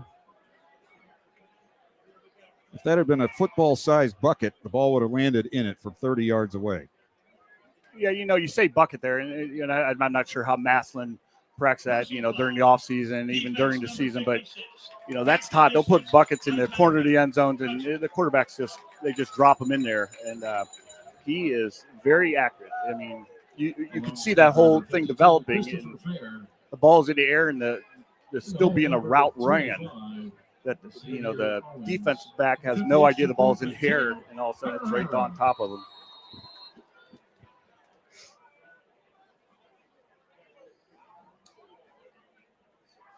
Herrera's kick is good, and we'll go to the locker room with the score: Massillon 31 and GlenOak nothing.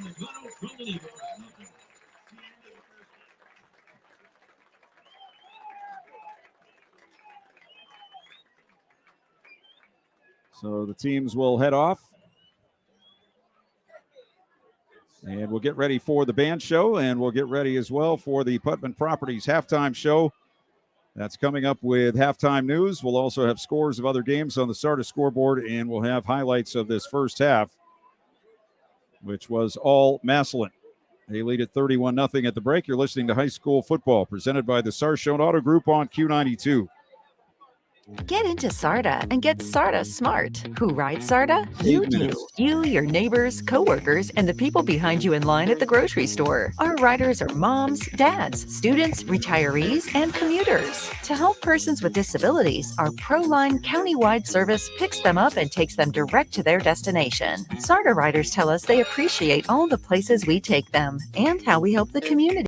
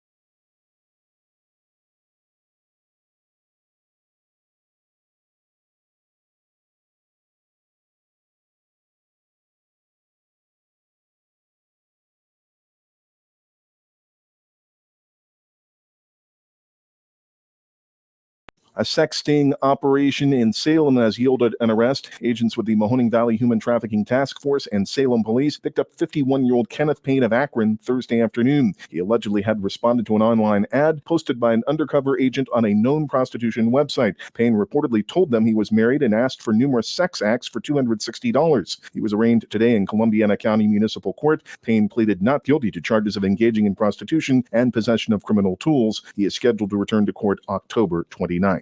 Efforts to stop the closure of 2 Trumbull County hospitals may soon include 2 top state officials. In a letter to Governor Mike DeWine and Attorney General Dave Yost, the Ohio Nurses Association asks DeWine to sign an executive order to temporarily halt the closures of Trumbull Regional Medical Center in Warren and Hillside Rehabilitation in Howland. Both are owned by Steward Healthcare, which filed for bankruptcy in May. The union wants DeWine and Yost to use state resources to connect potential buyers with the hospitals and ensure whoever takes over is committed to maintaining services and protecting jobs. Yost later filed a brief in support of keeping the hospitals open.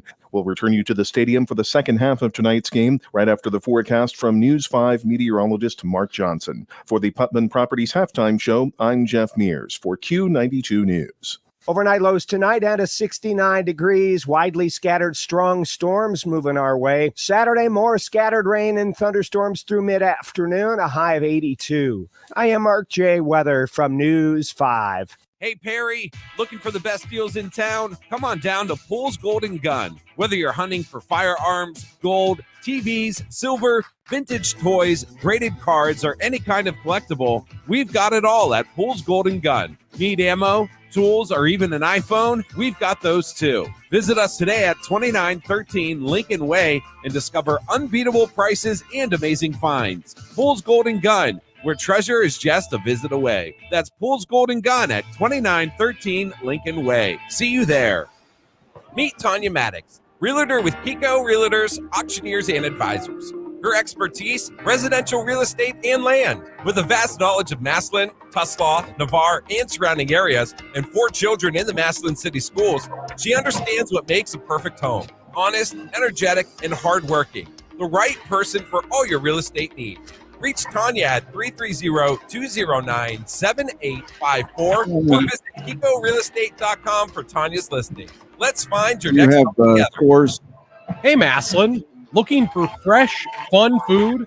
Rockneys is the place to be.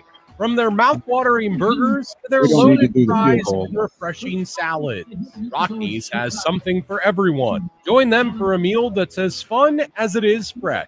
Rockneys in Massillon, where great food and good times come together. Open daily 11 a.m. to 9 p.m. Rockneys, fresh, fun food. See you soon. This is high school football on Q92, presented by Sarshone Auto Group. Back at Bob Cummings Field at GlenOak High School. It's halftime on the starter scoreboard. The Massillon Tigers with a 31-0 lead over GlenOak. And the Tigers, it hasn't been an explosion of points tonight, but it's been a methodical performance by the Tigers to build up this lead at halftime. They started on their first possession after forcing a three and out. They took over in GlenOak territory.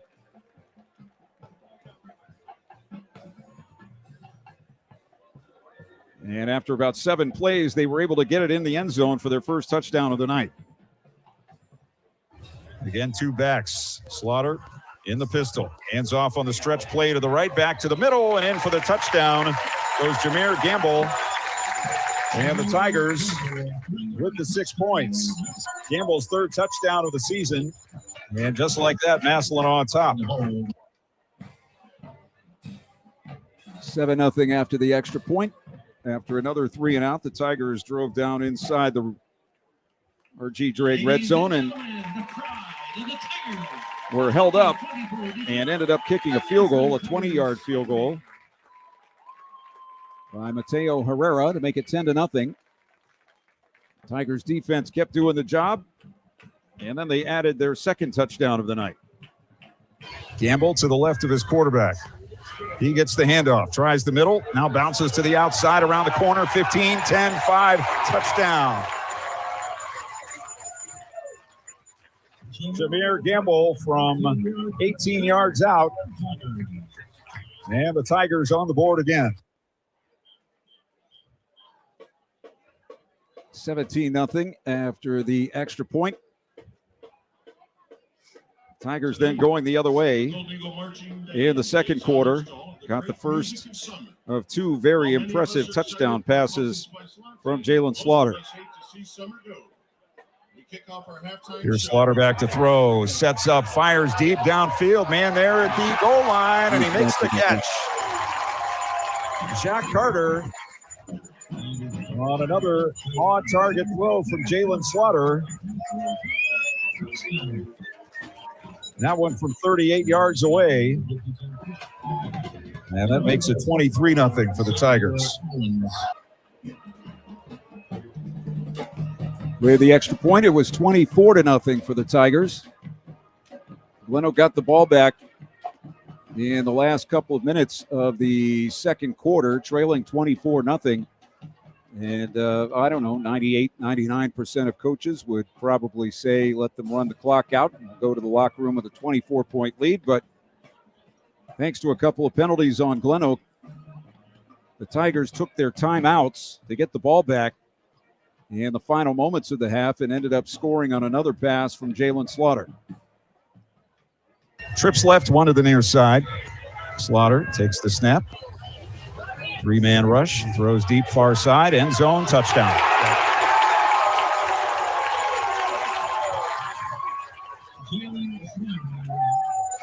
Ladies and gentlemen, direct your attention to the 50-yard And that's where we are right now, 31-0 at halftime. And the GlenOak Golden Eagle Marching Band is on the field.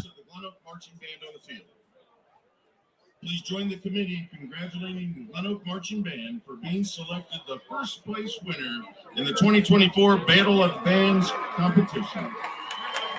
Here to present the band with the gift certificate are Lex Webster, Jeff Berner, and Dave Golden. Congratulations to the GlenOak Golden Eagle Marching Band.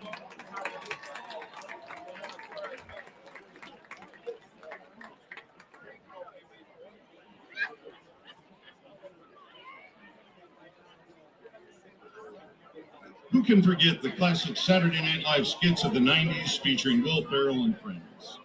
This next summer barn burner hit was made famous in the dance clubs of A Night at the Roxbury. Watch our feature twirler, Jessica Dick, and majorette Opal Shaheen twirl to What is Love?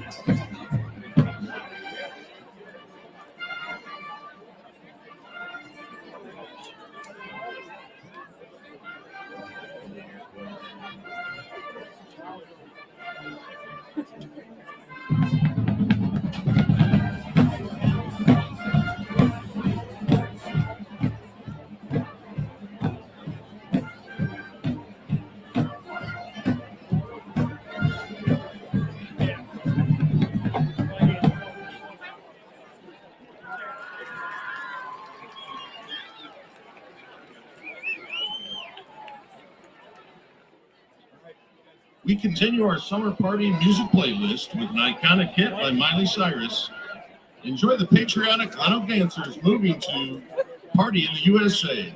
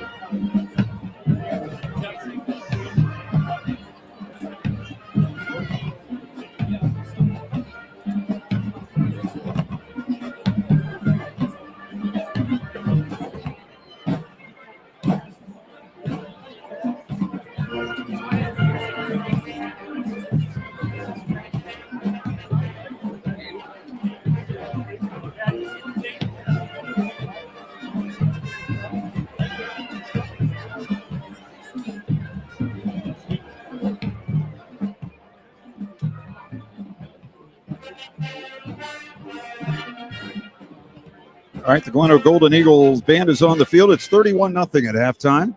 On the starter scoreboard, you're listening to the Putman Properties halftime show. We'll take a timeout. We'll come back and we'll have some scores for you and get you ready for the second half. You're listening to high school football presented by the Sarshown Auto Group on Q92.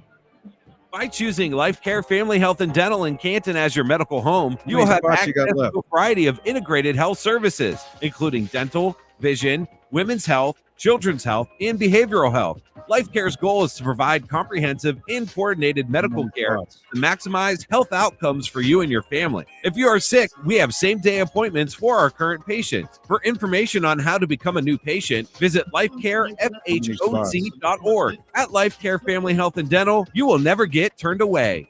Massillon, are you looking for somewhere fun to pregame and celebrate postgame? Then head over to Erie Street Pub with their special football tailgate menu. You can indulge in shareable bundles of downright delicious wings, quesadillas, nachos, and much more. The homemade cinnamon rolls with cream cheese icing are absolutely to die for.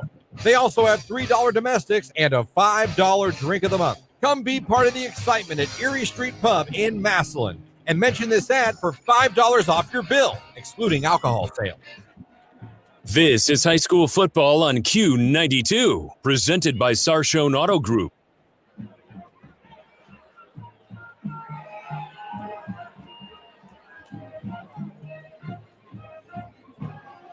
All right, back here at GlenOak, 31-0 Massillon at halftime on the Sardis scoreboard.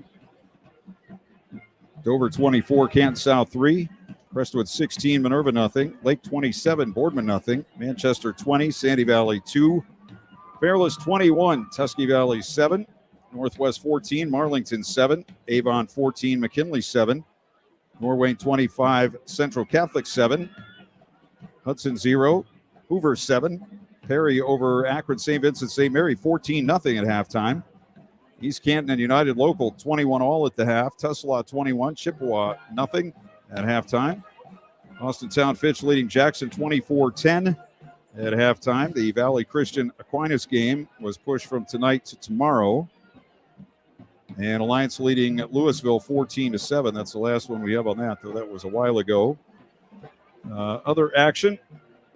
Let's see if we can find some other games that we might be interested in.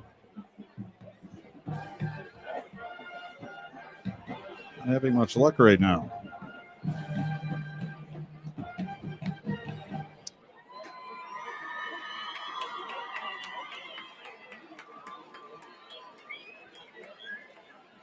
Apparently no one else in Northeast Ohio is playing football today. Ladies and gentlemen, the GlenOak Golden Eagle Marching Band.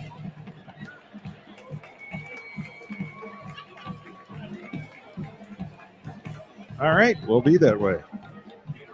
Teams are coming back out on the field. The band show just about over. We'll have time for another break, and we'll come back with the second half of this one with Massillon leading GlenOak 31-0 on the Sardis scoreboard. You're listening to high school football presented by the Sarshown Auto Group on Q92. Sarshown Auto Group is Ohio's fastest growing automotive group with 6 locations in Northeast Ohio, featuring top brands like Chevy, Ford, Ram, Jeep, Dodge, and more. Experience the fast, friendly, no-pressure approach to car buying that makes Sarshown truly different. Visit Sarshown today or see the selection of thousands of new and used vehicles at sarshown.com. Sarshown Auto Group, an official partner of the Cleveland Browns.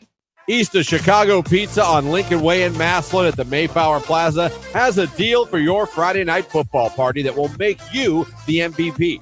On Fridays, only after 4 p.m., pickup or delivery, you can get a large 3-topping pizza with an order of garlic cheese bread and a 2-liter Pepsi product for just $24. Customers need to mention the Friday Night Football Special and Q92. Don't miss out on the chance to score a touchdown for your party. Call East of Chicago in Massillon now, 330-837-9944. Buying a home is one of the biggest investments you will make in your lifetime. And for some, it's the very first time. You are going to want the guidance of someone with experience, integrity, and successful results. Joanna Belden with Howard Hanna Real Estate Services has proven time and time again that she is that someone. Working with the Belden Group, Joanna Belden and Aaron Hall with over 29 years of combined experience and over $21 million in volume sold in 2023, you can feel confident knowing that you are in the best of hands. Call Joanna at 330-309-2343 or Cindy Aaron Hall at 330-268-5063 or find them both at howardhanna.com. This is high school football on Q90. Yeah, because I got nothing to talk about. Our show Auto Group. All right, here we go. Back with the second half at GlenOak, where the Massillon Tigers lead at 31-0 over the Golden Eagles. And last week it might have been a game speed thing. This week it was just a physical thing, I thought, in the first half for the GlenOak Golden Eagles. They were just not able to get anything established as far as opening any holes in the running game, setting anything up in the passing game. It took them a long time to get going offensively, but by that time they were well behind in the game and really just trying to look to have a solid second half here.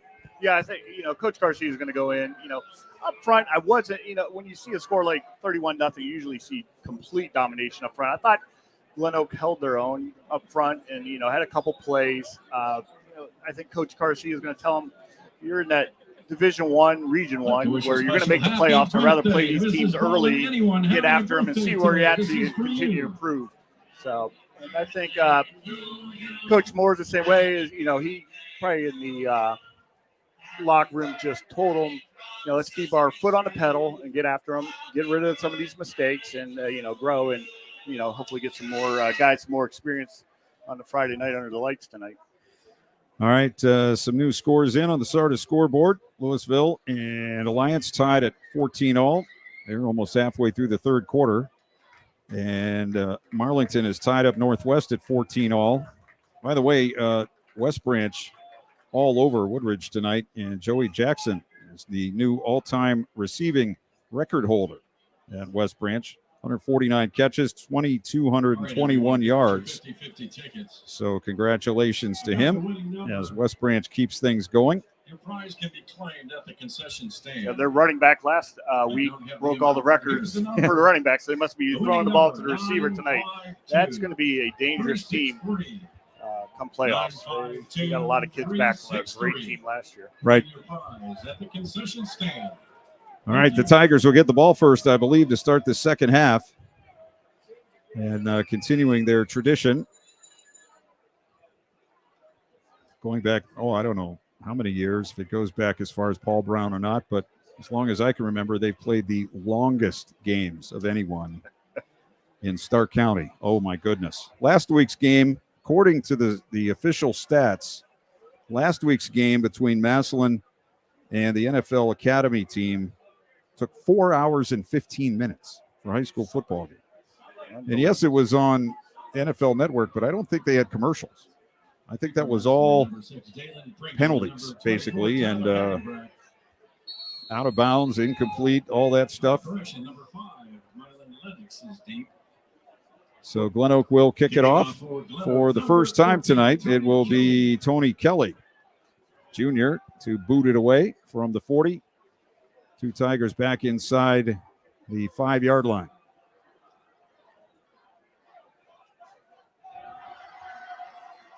And at some point in the near future, hopefully, we'll get this second half started. Here we go. I already said the clock's running. And we kicked it. He kicked it. I don't think he knew he had the go-ahead to kick, so he stood and waited, and the play clock ran out. It's a delay of game on the second half kickoff. The only problem, I think he's looking at the game clock is running. So I don't know if he thought they were resetting the game clock. Yeah, with it being... We're just... did they start? I thought the running clock didn't start till after the kickoff. That's what I thought, too. It shouldn't. Yeah. I mean, this... It's running now, so we've used a minute of the second half, but nothing has happened yet. Yeah. I'm not against the running clock necessarily, but I think maybe we should wait till the ball is kicked at least. Absolutely. So Kelly kicks it again. It's going to come down around the 20-yard line and taken there by one of their starting All-Ohio players to the 35, to the 40, to the 50, and Hackenbreck down to the GlenOak 40-yard line. And another flag. Hackenbreck a little slow to get up, but he is up now. And this looks like it might go against the Golden Eagles after the play. Dead ball, personal foul. Number 6 on the kicking team. 15 yards, first down. So that'll put the ball on the 25-yard line. Hackenbreck, being the defensive guy like he is, when he gets that ball in his hand, he's going to take full advantage. He looks like he wanted to play a little offense there. Penalty puts the ball at the 25-yard line, first and 10, Massillon. So the Tigers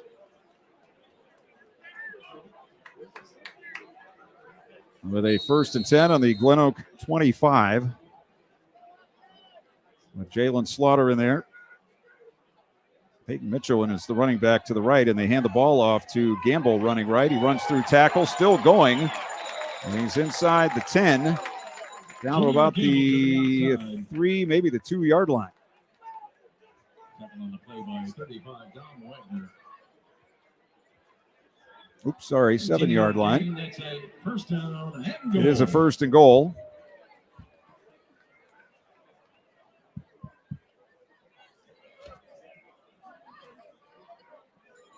Two out to the left, one to the near side. And Slaughter hands off. Gamble again up the middle, and he's going to go down very close. I think he's going to be stopped just short of the touchdown inside the 1-yard line. Just short of the goal line. It's second down. Stretch play there to the left, and he just cut it up, put his foot in the ground, and went straight ahead. Just about a foot short there.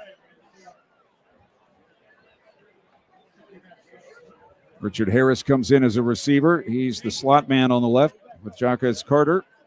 Tolles to the right, and they'll run it again up the middle, and it's Mitchell, and he's in for the touchdown. Peyton Mitchell from a yard out with his first touchdown of the season, and the Tigers add to the lead.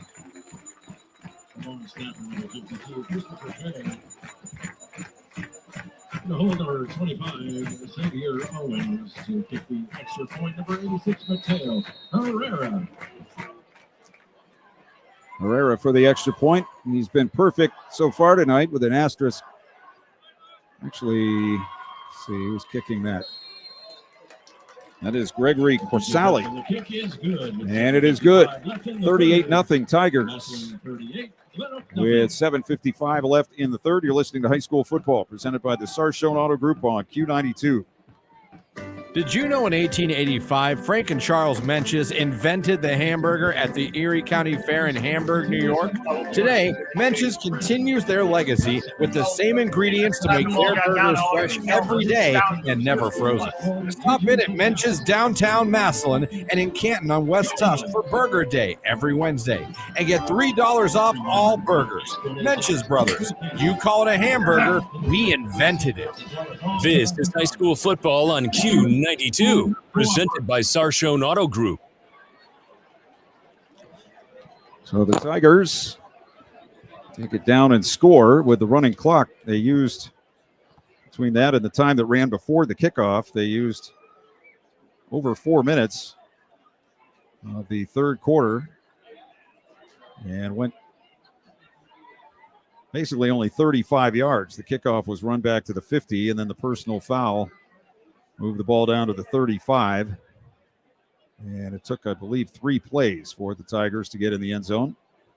Number 5. And it is Gregory Corsali kicking off. So we've seen Herrera kicking in the first half, Corsali here in the second, and we had Nolan Hendricks doing the kickoffs in the first half. Number 85, Gregory Corsali. And the kick is a low one to the far side. And we have flags, and I believe we were offside in the kickoff.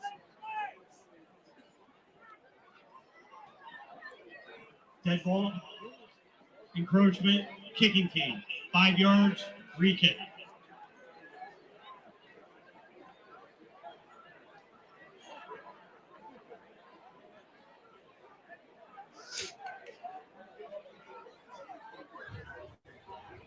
So they'll kick it off again from the 35 as the clock continues to run.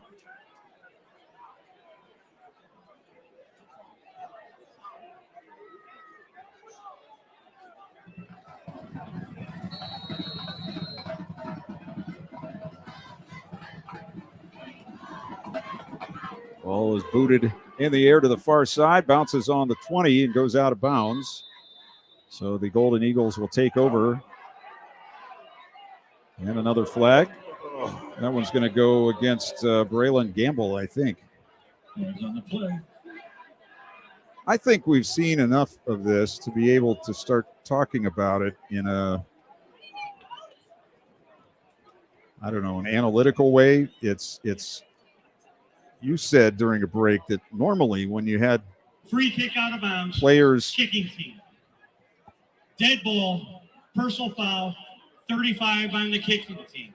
15 yards, first down. So GlenOak will start, I think, on the 50. In any case, it's usually the case when players commit penalties like that, they get pulled out of the game. Absolutely. You've seen that a lot over the years, whether it's, a silly personal foul or even in basketball, you make a thing like that. You come off the floor instantly and you just don't see that, even though the personal fouls keep coming and coming. Tonight, we've seen it for both teams, but it's something we've seen from the Tigers consistently over the last couple of years, as here's a run around right end, taking the ball out of bounds to the 46-yard line. So about 4 yards on the pickup. Yeah, a lot of that's a mental game. They play through the whistle. There's no doubt about that, and a lot of times it's a lot of chirping. They walk around with a swagger. There's no doubt about that. Massillon, they have all the right to do that with, the team they had last year. But it's been something consistent, and I, seen it through the years, like you said, but it'll catch up with you in those big games. Last year, they won the state championship, so can't say anything negative about that, but you just want to clean it up. We have a Massillon player down. He was hobbling around after the play was over on the far side of the field. He started to come back across and then went down. And it is one of the Massillon defensive players. Looks like they're checking out maybe his left knee. For steady, meaningful work with paid training, certification, bonuses, and growth opportunities. I think that is Lucas Schertzer, junior linebacker. And he's coming off under his own power. The injured Tiger, number 26. But based upon the reaction from the coaching staff, which is same 22 guys out there, no matter what happens, it's as if he doesn't mind that kind of behavior because it's playing with an edge, quote unquote, or a little bit of swagger there, Yes. Yes. Yeah. And it also draws the other team into doing the same thing. Yeah, they start making mental mistakes then, and you're playing individual battles. When you start playing individual battles, you're beat. It's 2nd down and 6 and a run up the middle for McClendon. McClendon goes up the middle. And he takes it down to the 43-yard line for pickup of 3, and the Golden Eagles will have 3rd down and 3 yards to go with 5:50 to go in the third quarter. 38-0 for Massillon on the Sarda scoreboard. Louisville has come from behind to take the lead over Alliance 20-14. Apparently another interception return for score. They missed the extra point, though. Here's Burt. Takes the handoff, runs over the right side, weaving his way through traffic, and he's going to pick up a 1st down inside the 40 to the 39-yard line. So the Golden Eagles move the chains. Marcel Hill. The result of the play is a GlenOak 1st down. And I'm going to say they have about a handful of 1st downs tonight in this game. Yes. So they'll bring trips to the near side now as the Golden Eagles heading from our right to our left toward the scoreboard at Bob Cummings Field. and who coached both of these schools over the years and very successfully. Here's a quick throw out to the near side. It's caught by Leahy, looking for a block, gets the corner, gets the sideline, and he's finally dragged out of bounds by Camden Lynch at the Tiger 23-yard line. So that's a pickup of about 16 on the quick screen out to the side. And Leahy showing some nice speed and good blocking on the edge. Yeah, excellent blocking out there, open field blocking. Good, nice little quick route to get upfield. This time they send the three out to the right side, far side of the field. Tight end left. Just outside the RG Drag red zone. Golden Eagles with a first down. Fake handoff. Burt running left. He's to the 20, and he's to around the 18-yard line. Finally pulled down to the turf on the play by Braylon Gamble, among others, for the Tigers. We're at 3:58 running clock. Third quarter, 38-0 Tigers. And GlenOak with a second down and 6 on the Tiger 19-yard line. I've been noticing it, and I didn't say anything. He runs all the way over to the sideline to get the play and runs back. He puts an extra 200 yards of rushing right there.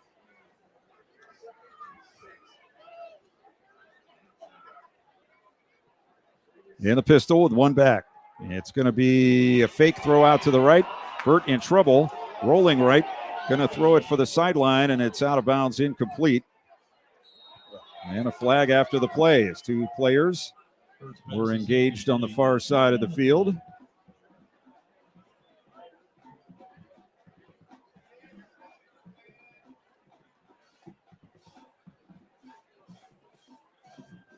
Dead ball. Personal foul. Defense number 46. Half the distance results in a first down. Tiger fans not happy about that call. That'll put the ball down around the 10-yard line. And I believe give GlenOak a first down.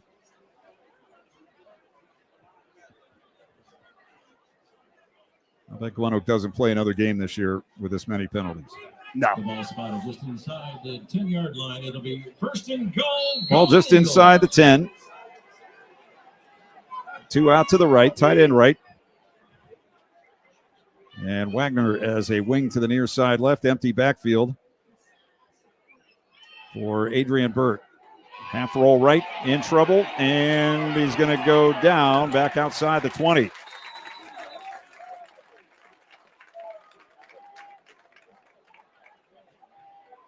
The Tigers continue to push and shove and talk. They ran a fake punt up big in a playoff game last year in order to not give up points at the end of that game. I believe that was against Lake or Green, one or the other. Down under 2 minutes to go in the third period. Might have been Green. Green got him that year before. That was upset for sure. Trips to the right, one to the near side on a second down. And goal from the 20. And the Tigers again showing blitz. Here they come. Throw out to the far side, way behind the receiver. Just took the snap, straightened up, and threw it out there, and the receiver had run past that point already. So it'll be third and goal on the 20. Was an incomplete pass. Sideline warning against Massillon. Third down. So that's their first warning. It's not a penalty until you get a second one, I believe. Yes.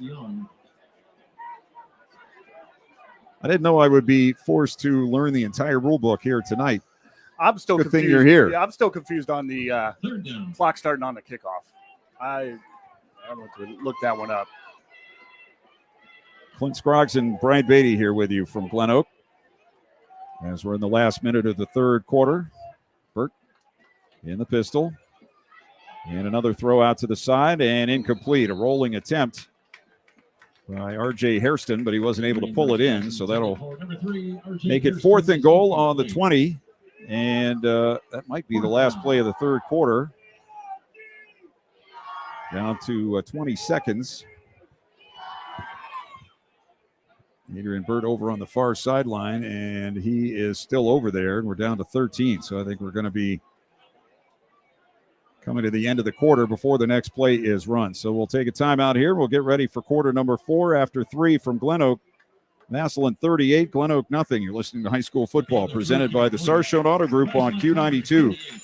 High school football exemplifies the true meaning of teamwork. At Friends and Family Credit Union, our team of local friendly professionals offer the same true spirit for our members with a wide array of products from vehicle loans to personal loans, family secure checking with ID Protect, mortgage, home equity line of credit, and more. For over 60 years, we have the game plan for your financial well-being. Visit any of our 3 convenient locations, online or mobile banking. Now, more than ever, it's time to bring a friend into the family. Finding the right space to open or relocate your business can mean the difference between success and failure. The real estate professionals at Putman Properties will help find the perfect commercial property to suit your needs. Putman Properties specializes in office, retail, warehouse, manufacturing, investment, and multifamily residential real estate. Looking to sell your commercial real estate? Putman Properties marketing professionals will utilize local, regional, and national networks developed over 30 years to command the highest yield available. Contact Putman Properties at 330-498-4400 or visit them online at putmanproperties.com.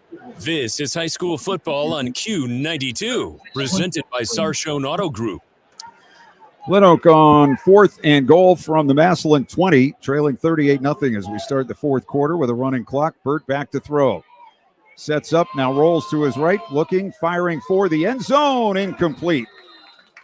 Just a touch behind the receiver who was running along the back line of the end zone. I think that's Hairston who was trying to pull that one in. And wow, Adrian Burt can fire the football. He threw that ball about 30, 35 yards on a line. And it looked like the receiver was not expecting it to be coming in that hot. No, they had a guy on the back of the end zone also, kind of 2 guys in the same area there. I don't know if he was clearing it out and he wasn't ready for the ball to come to it, maybe. On the Sardis scoreboard, now Louisville up 26-14. A block punt return for a touchdown. Woodridge up, or West Branch up on Woodridge 52-7 after 3. Northwest 21, Marlington 14.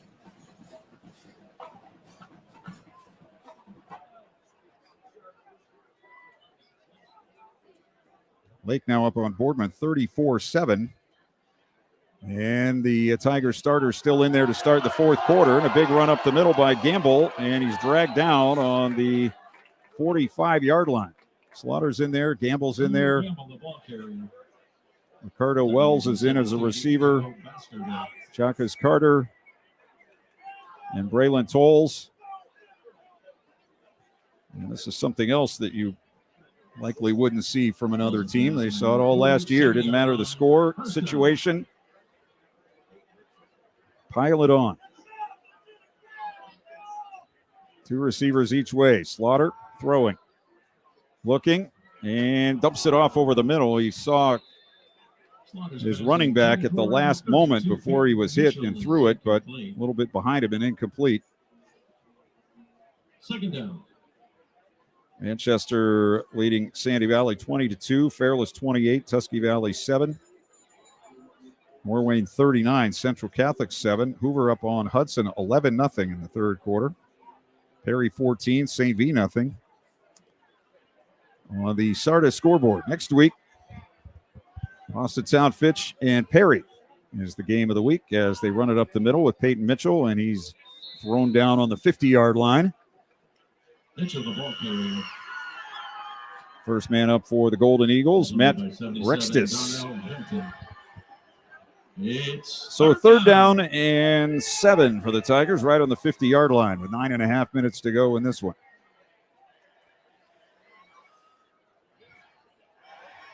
They come back with the trips now out to the right side and 1 to the near side left.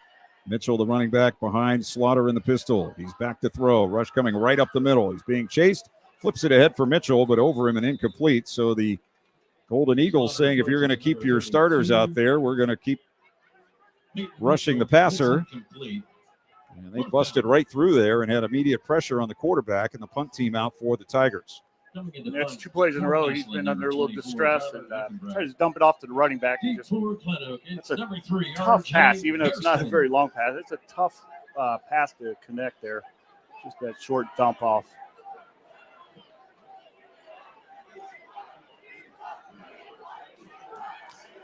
Hackenbrack to kick it away.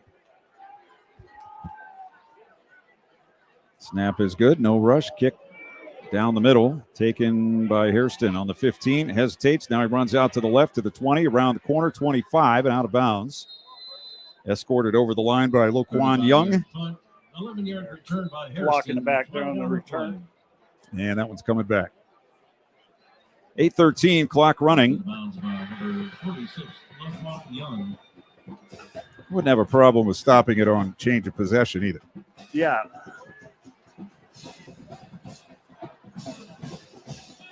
Unless that's a new, I don't know if that's a new rule this year or not. I just.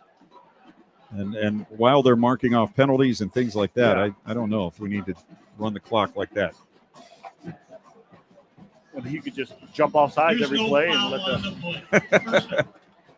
Foul. So they picked the flag up. So no foul. And so GlenOak will have the ball on their 25, 1st and 10, 7.5 minutes to go. It'll be around 7 minutes by the time they get this drive started. 1st and 10, GlenOak. Officials got together there and they said they were out of their quota of penalties tonight, so they had to pick that one up. Little sheet where you write them down, the little book there, it's full. Hurt the quarterback. Play action. And a roll to his right. Throws, ball batted up in the air, intercepted, and run back for a touchdown. Don't know who got the deflection, but Bishop Cup picked the ball out of the air and ran it in untouched from about 20 yards out. And the Tigers add to the lead.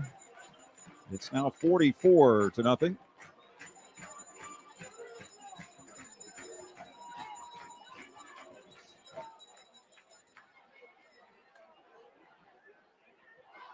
Pretty sure they did have some backups on the field there defensively, and like I said, I didn't see who got the ball, who got the tip on the play. Yeah, I didn't. I missed that also. So here's Carsal to kick it. But first, a penalty.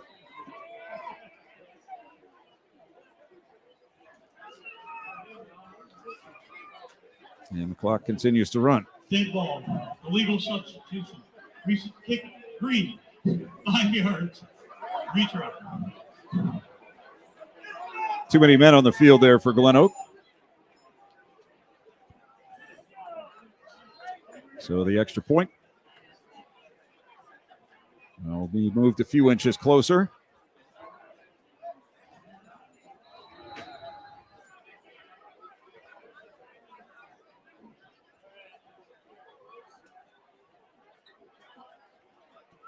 And the kick is good. Timeout. 5:29 to go. 45-0 Tigers. You're listening to high school football presented by the Sarshone Auto Group on Q92.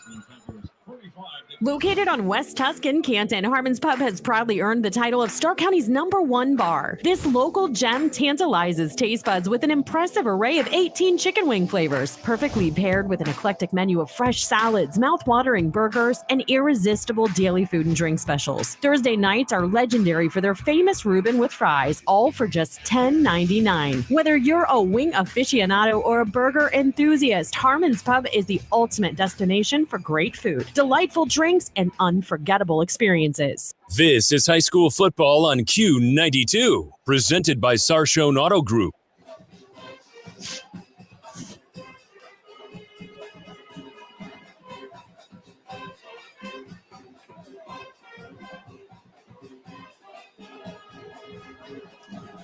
McLendon and King deep for GlenOak. We said, I said Fitch. It's actually Warren Harding against Perry next Friday night. We'll have that game for you here on Q92. Streetsboro and Alliance on AM 1310 WDPN. And 5 other games we'll tell you about here momentarily on the schedule for next week. As Massillon kicks off again. We're offside, but no flag came down, and a fair catch taken on the 20-yard line by Matt Rextus. Also next week, which is week 3, West Branch against Girard, Sandy Valley and East Canton, Louisville and Northwest, Minerva and Akron Springfield, and Stowe against Jackson next week. Just over the 20-yard line. It'll be 1st and 10. Manchester now up on Sandy Valley 27-2 in the fourth. Lake still leads Boardman 34-7. Avon continuing to lead McKinley 14-7. Fairless 28, Tusky Valley 14. Tuslaw 21, Chippewa nothing. GlenOak from there 25 up the middle, and the run is for about 3 or 4 yards. Javion McClellan, the ball carrier. Sean Leahy is in at quarterback for the Golden Eagles. Made by number 67, Maxwell Tanner Jr. He has been in tonight as a wideout, a slot. Now running things as the quarterback.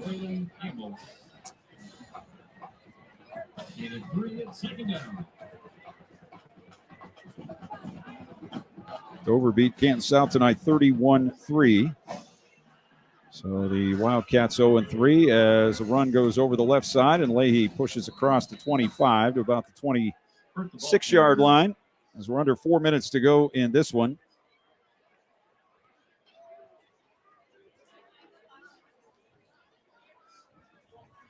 GlenOak next week will be at Austintown Fitch for starting their Federal League season with McKinley here the following week. Like I said earlier, you play these games, when you only took 8 teams in the playoffs, you want to dumb your schedule down, you say, but, you play the best teams early and, you get in the Federal League, you're ready to play Federal League teams. So here is a run to the right by the quarterback. And trying to get outside and cannot. Actually, that was not the quarterback. That was McClendon running the ball. And the tackle for the Tigers by Francisco Salvino. 4th down for GlenOak from their 20, 4th and 11. And Leahy will punt as we're at 2:45 left in the fourth quarter.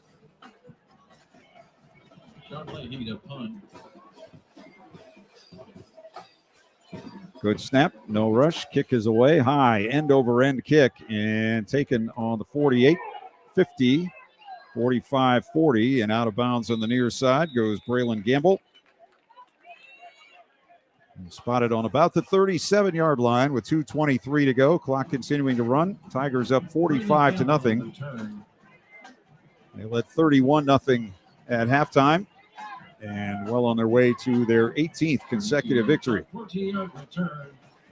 They said they play Bergen Catholic from New Jersey next week at home. Canisius from New York at home on September 13th. And then September 20th, they go up to Lakewood St. Edward, play them on the road. They do not play an Ohio team at home all season until McKinley in week 10. Handoff up the middle, no hole there. And finally, the running back goes down, which is Xavier Owens. I'll spot him right around the line of scrimmage. We're at 1.5 minutes to go in this one. Massillon's here on the sideline packing up all their equipment. They have to have a semi-truck to get all that. They have their own TVs on the sideline, benches. They have touch screens, televisions. Yeah, it's amazing. And you counted how many headsets on the sideline? 12. I don't know how that many coaches could be talking at one time. Here's a roll to the left and a pass, and incomplete. The quarterback is Manuel Patterson. Manuel Patterson's pass is getting his first action. Throws it incomplete on the near side. So it'll be 3rd and 10 as we have 1 minute to go in this one. They got 12 guys up in the box. I don't know how they fit everyone. I'm just a base. 12 sets of headsets.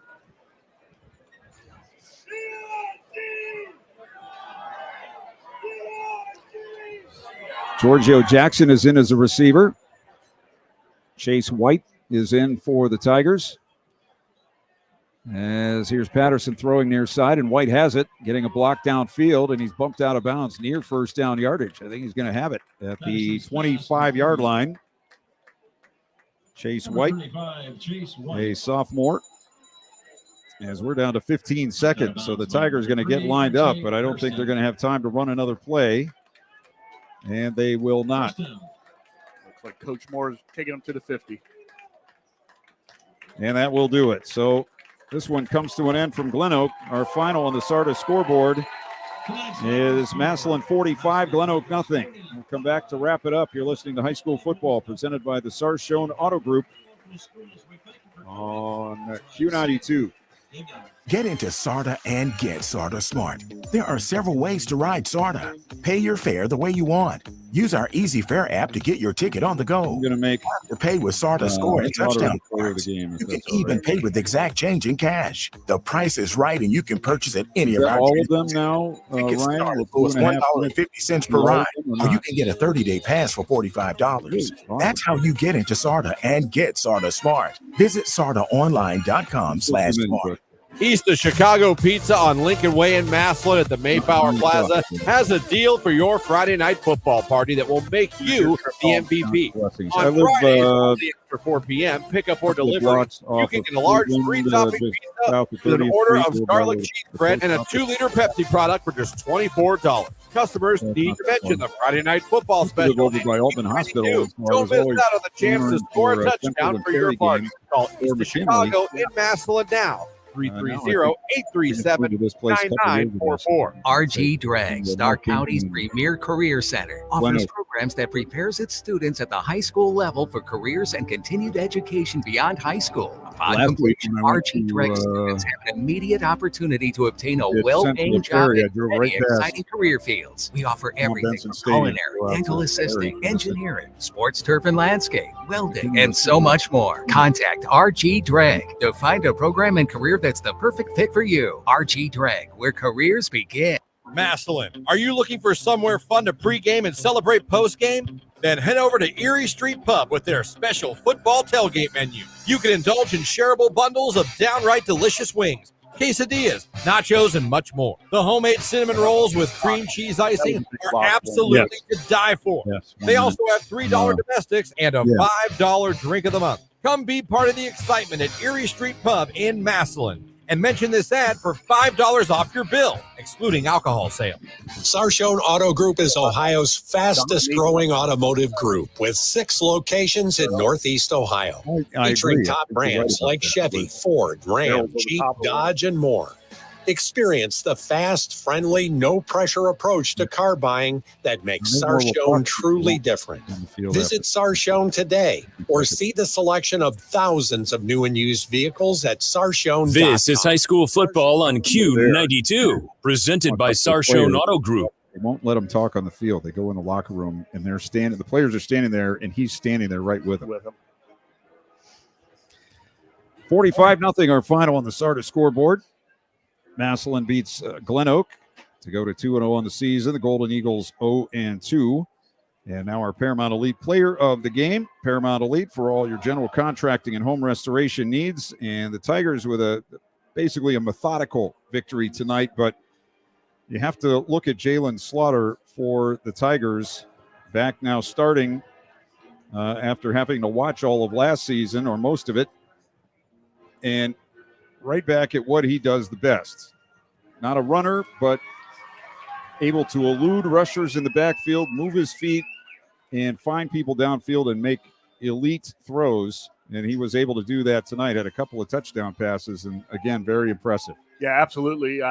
He controls the game. He's a game manager. He doesn't get flustered. He's always under control, keeping his other teammates under control. But like I said, limits mistakes, gets up, throws the ball away when he needs to. But when he puts that ball, I call it dropping in a bucket. It's there. And that is so tough for collegiate and professional cornerbacks and cards.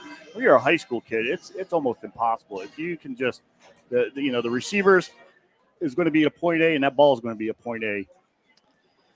All right, that's our Paramount Elite player of the game for all your general contracting and home restoration needs. Lake wins tonight 34-13 as Boardman gets a couple of late scores there to make it a little closer on the SARTA scoreboard. Nobody else final. We got done quickly here in the second half. Manchester still up on Sandy Valley 27-2, Avon 14, McKinley 7, Norwayne 39, Central 7. And didn't mean to press that button. Let's see, Fairless 35, Tusky Valley 14, Perry 17, St. Vincent St. Mary nothing. Hoover 18, Hudson nothing, Tuslaw 21, Chippewa nothing. Louisville 26, Alliance 14, Northwest 14, Marlington 7. That was a long time ago. Let's see, this just in. Louisville scored again. Aljancic in to make it 33-14 for the Leopards with 2 minutes left in that one. So they're going to even their record. East Canton and United, 21-all was the last score we had there. And Dover beat Canton South 31-3. So that's all we got for you tonight from GlenOak, where the Massillon Tigers take care of business. They beat the GlenOak Golden Eagles 45-0 is the final score. Good thing they had the auxiliary scoreboard over there for me as they shut the big one off. But again, you talked about the fact that GlenOak seemed to hold their own on the line of scrimmage both ways. They were able to get a pass rush. Massillon wasn't able to just run the ball up the middle at will. And I wouldn't call it a stalemate up front, but it was pretty close up front. It was the skill players and the execution on those kinds of things that seemed to make the difference. Yeah, definitely. There was a lot more skill on the Massillon side. They made the big plays. Yeah, GlenOak has a lot. I think they're still going to be a really good ball team. They've played two really good opponents. And talking about skill, the kid that Lamar Bo Jackson last week, and then you got Slaughter this week. So you get into league, you're not going to see much more skill than that what they've seen tonight. And Massillon's Massillon. There was no jet lag for sure, and they got after it. Once again, we talk about the penalties, but you can go back to your early 90s, late 80s when you got the Miami University. It kind of reminds you of that that swag. They're going to do it their way, and they're going to trick you into getting some of those penalties and make you play individually instead of playing as a team. When you have individual battles out there, you're not going to win ball games. You're not doing the right way. All right, that's Brian Beatty. We had Ryan Bevere on the field, and you can check out all this hard work that he was doing down there on Instagram and Facebook and X and everywhere else that you find video and photos. We'll have interviews and lots of great shots of tonight's game. My name is Clint Scroggs. Thanks for joining us tonight. Again, our final score on the SARTA scoreboard, Massillon 45, GlenOak 0. You've been listening to High School Football, presented by the Sarshone Auto Group on Q92.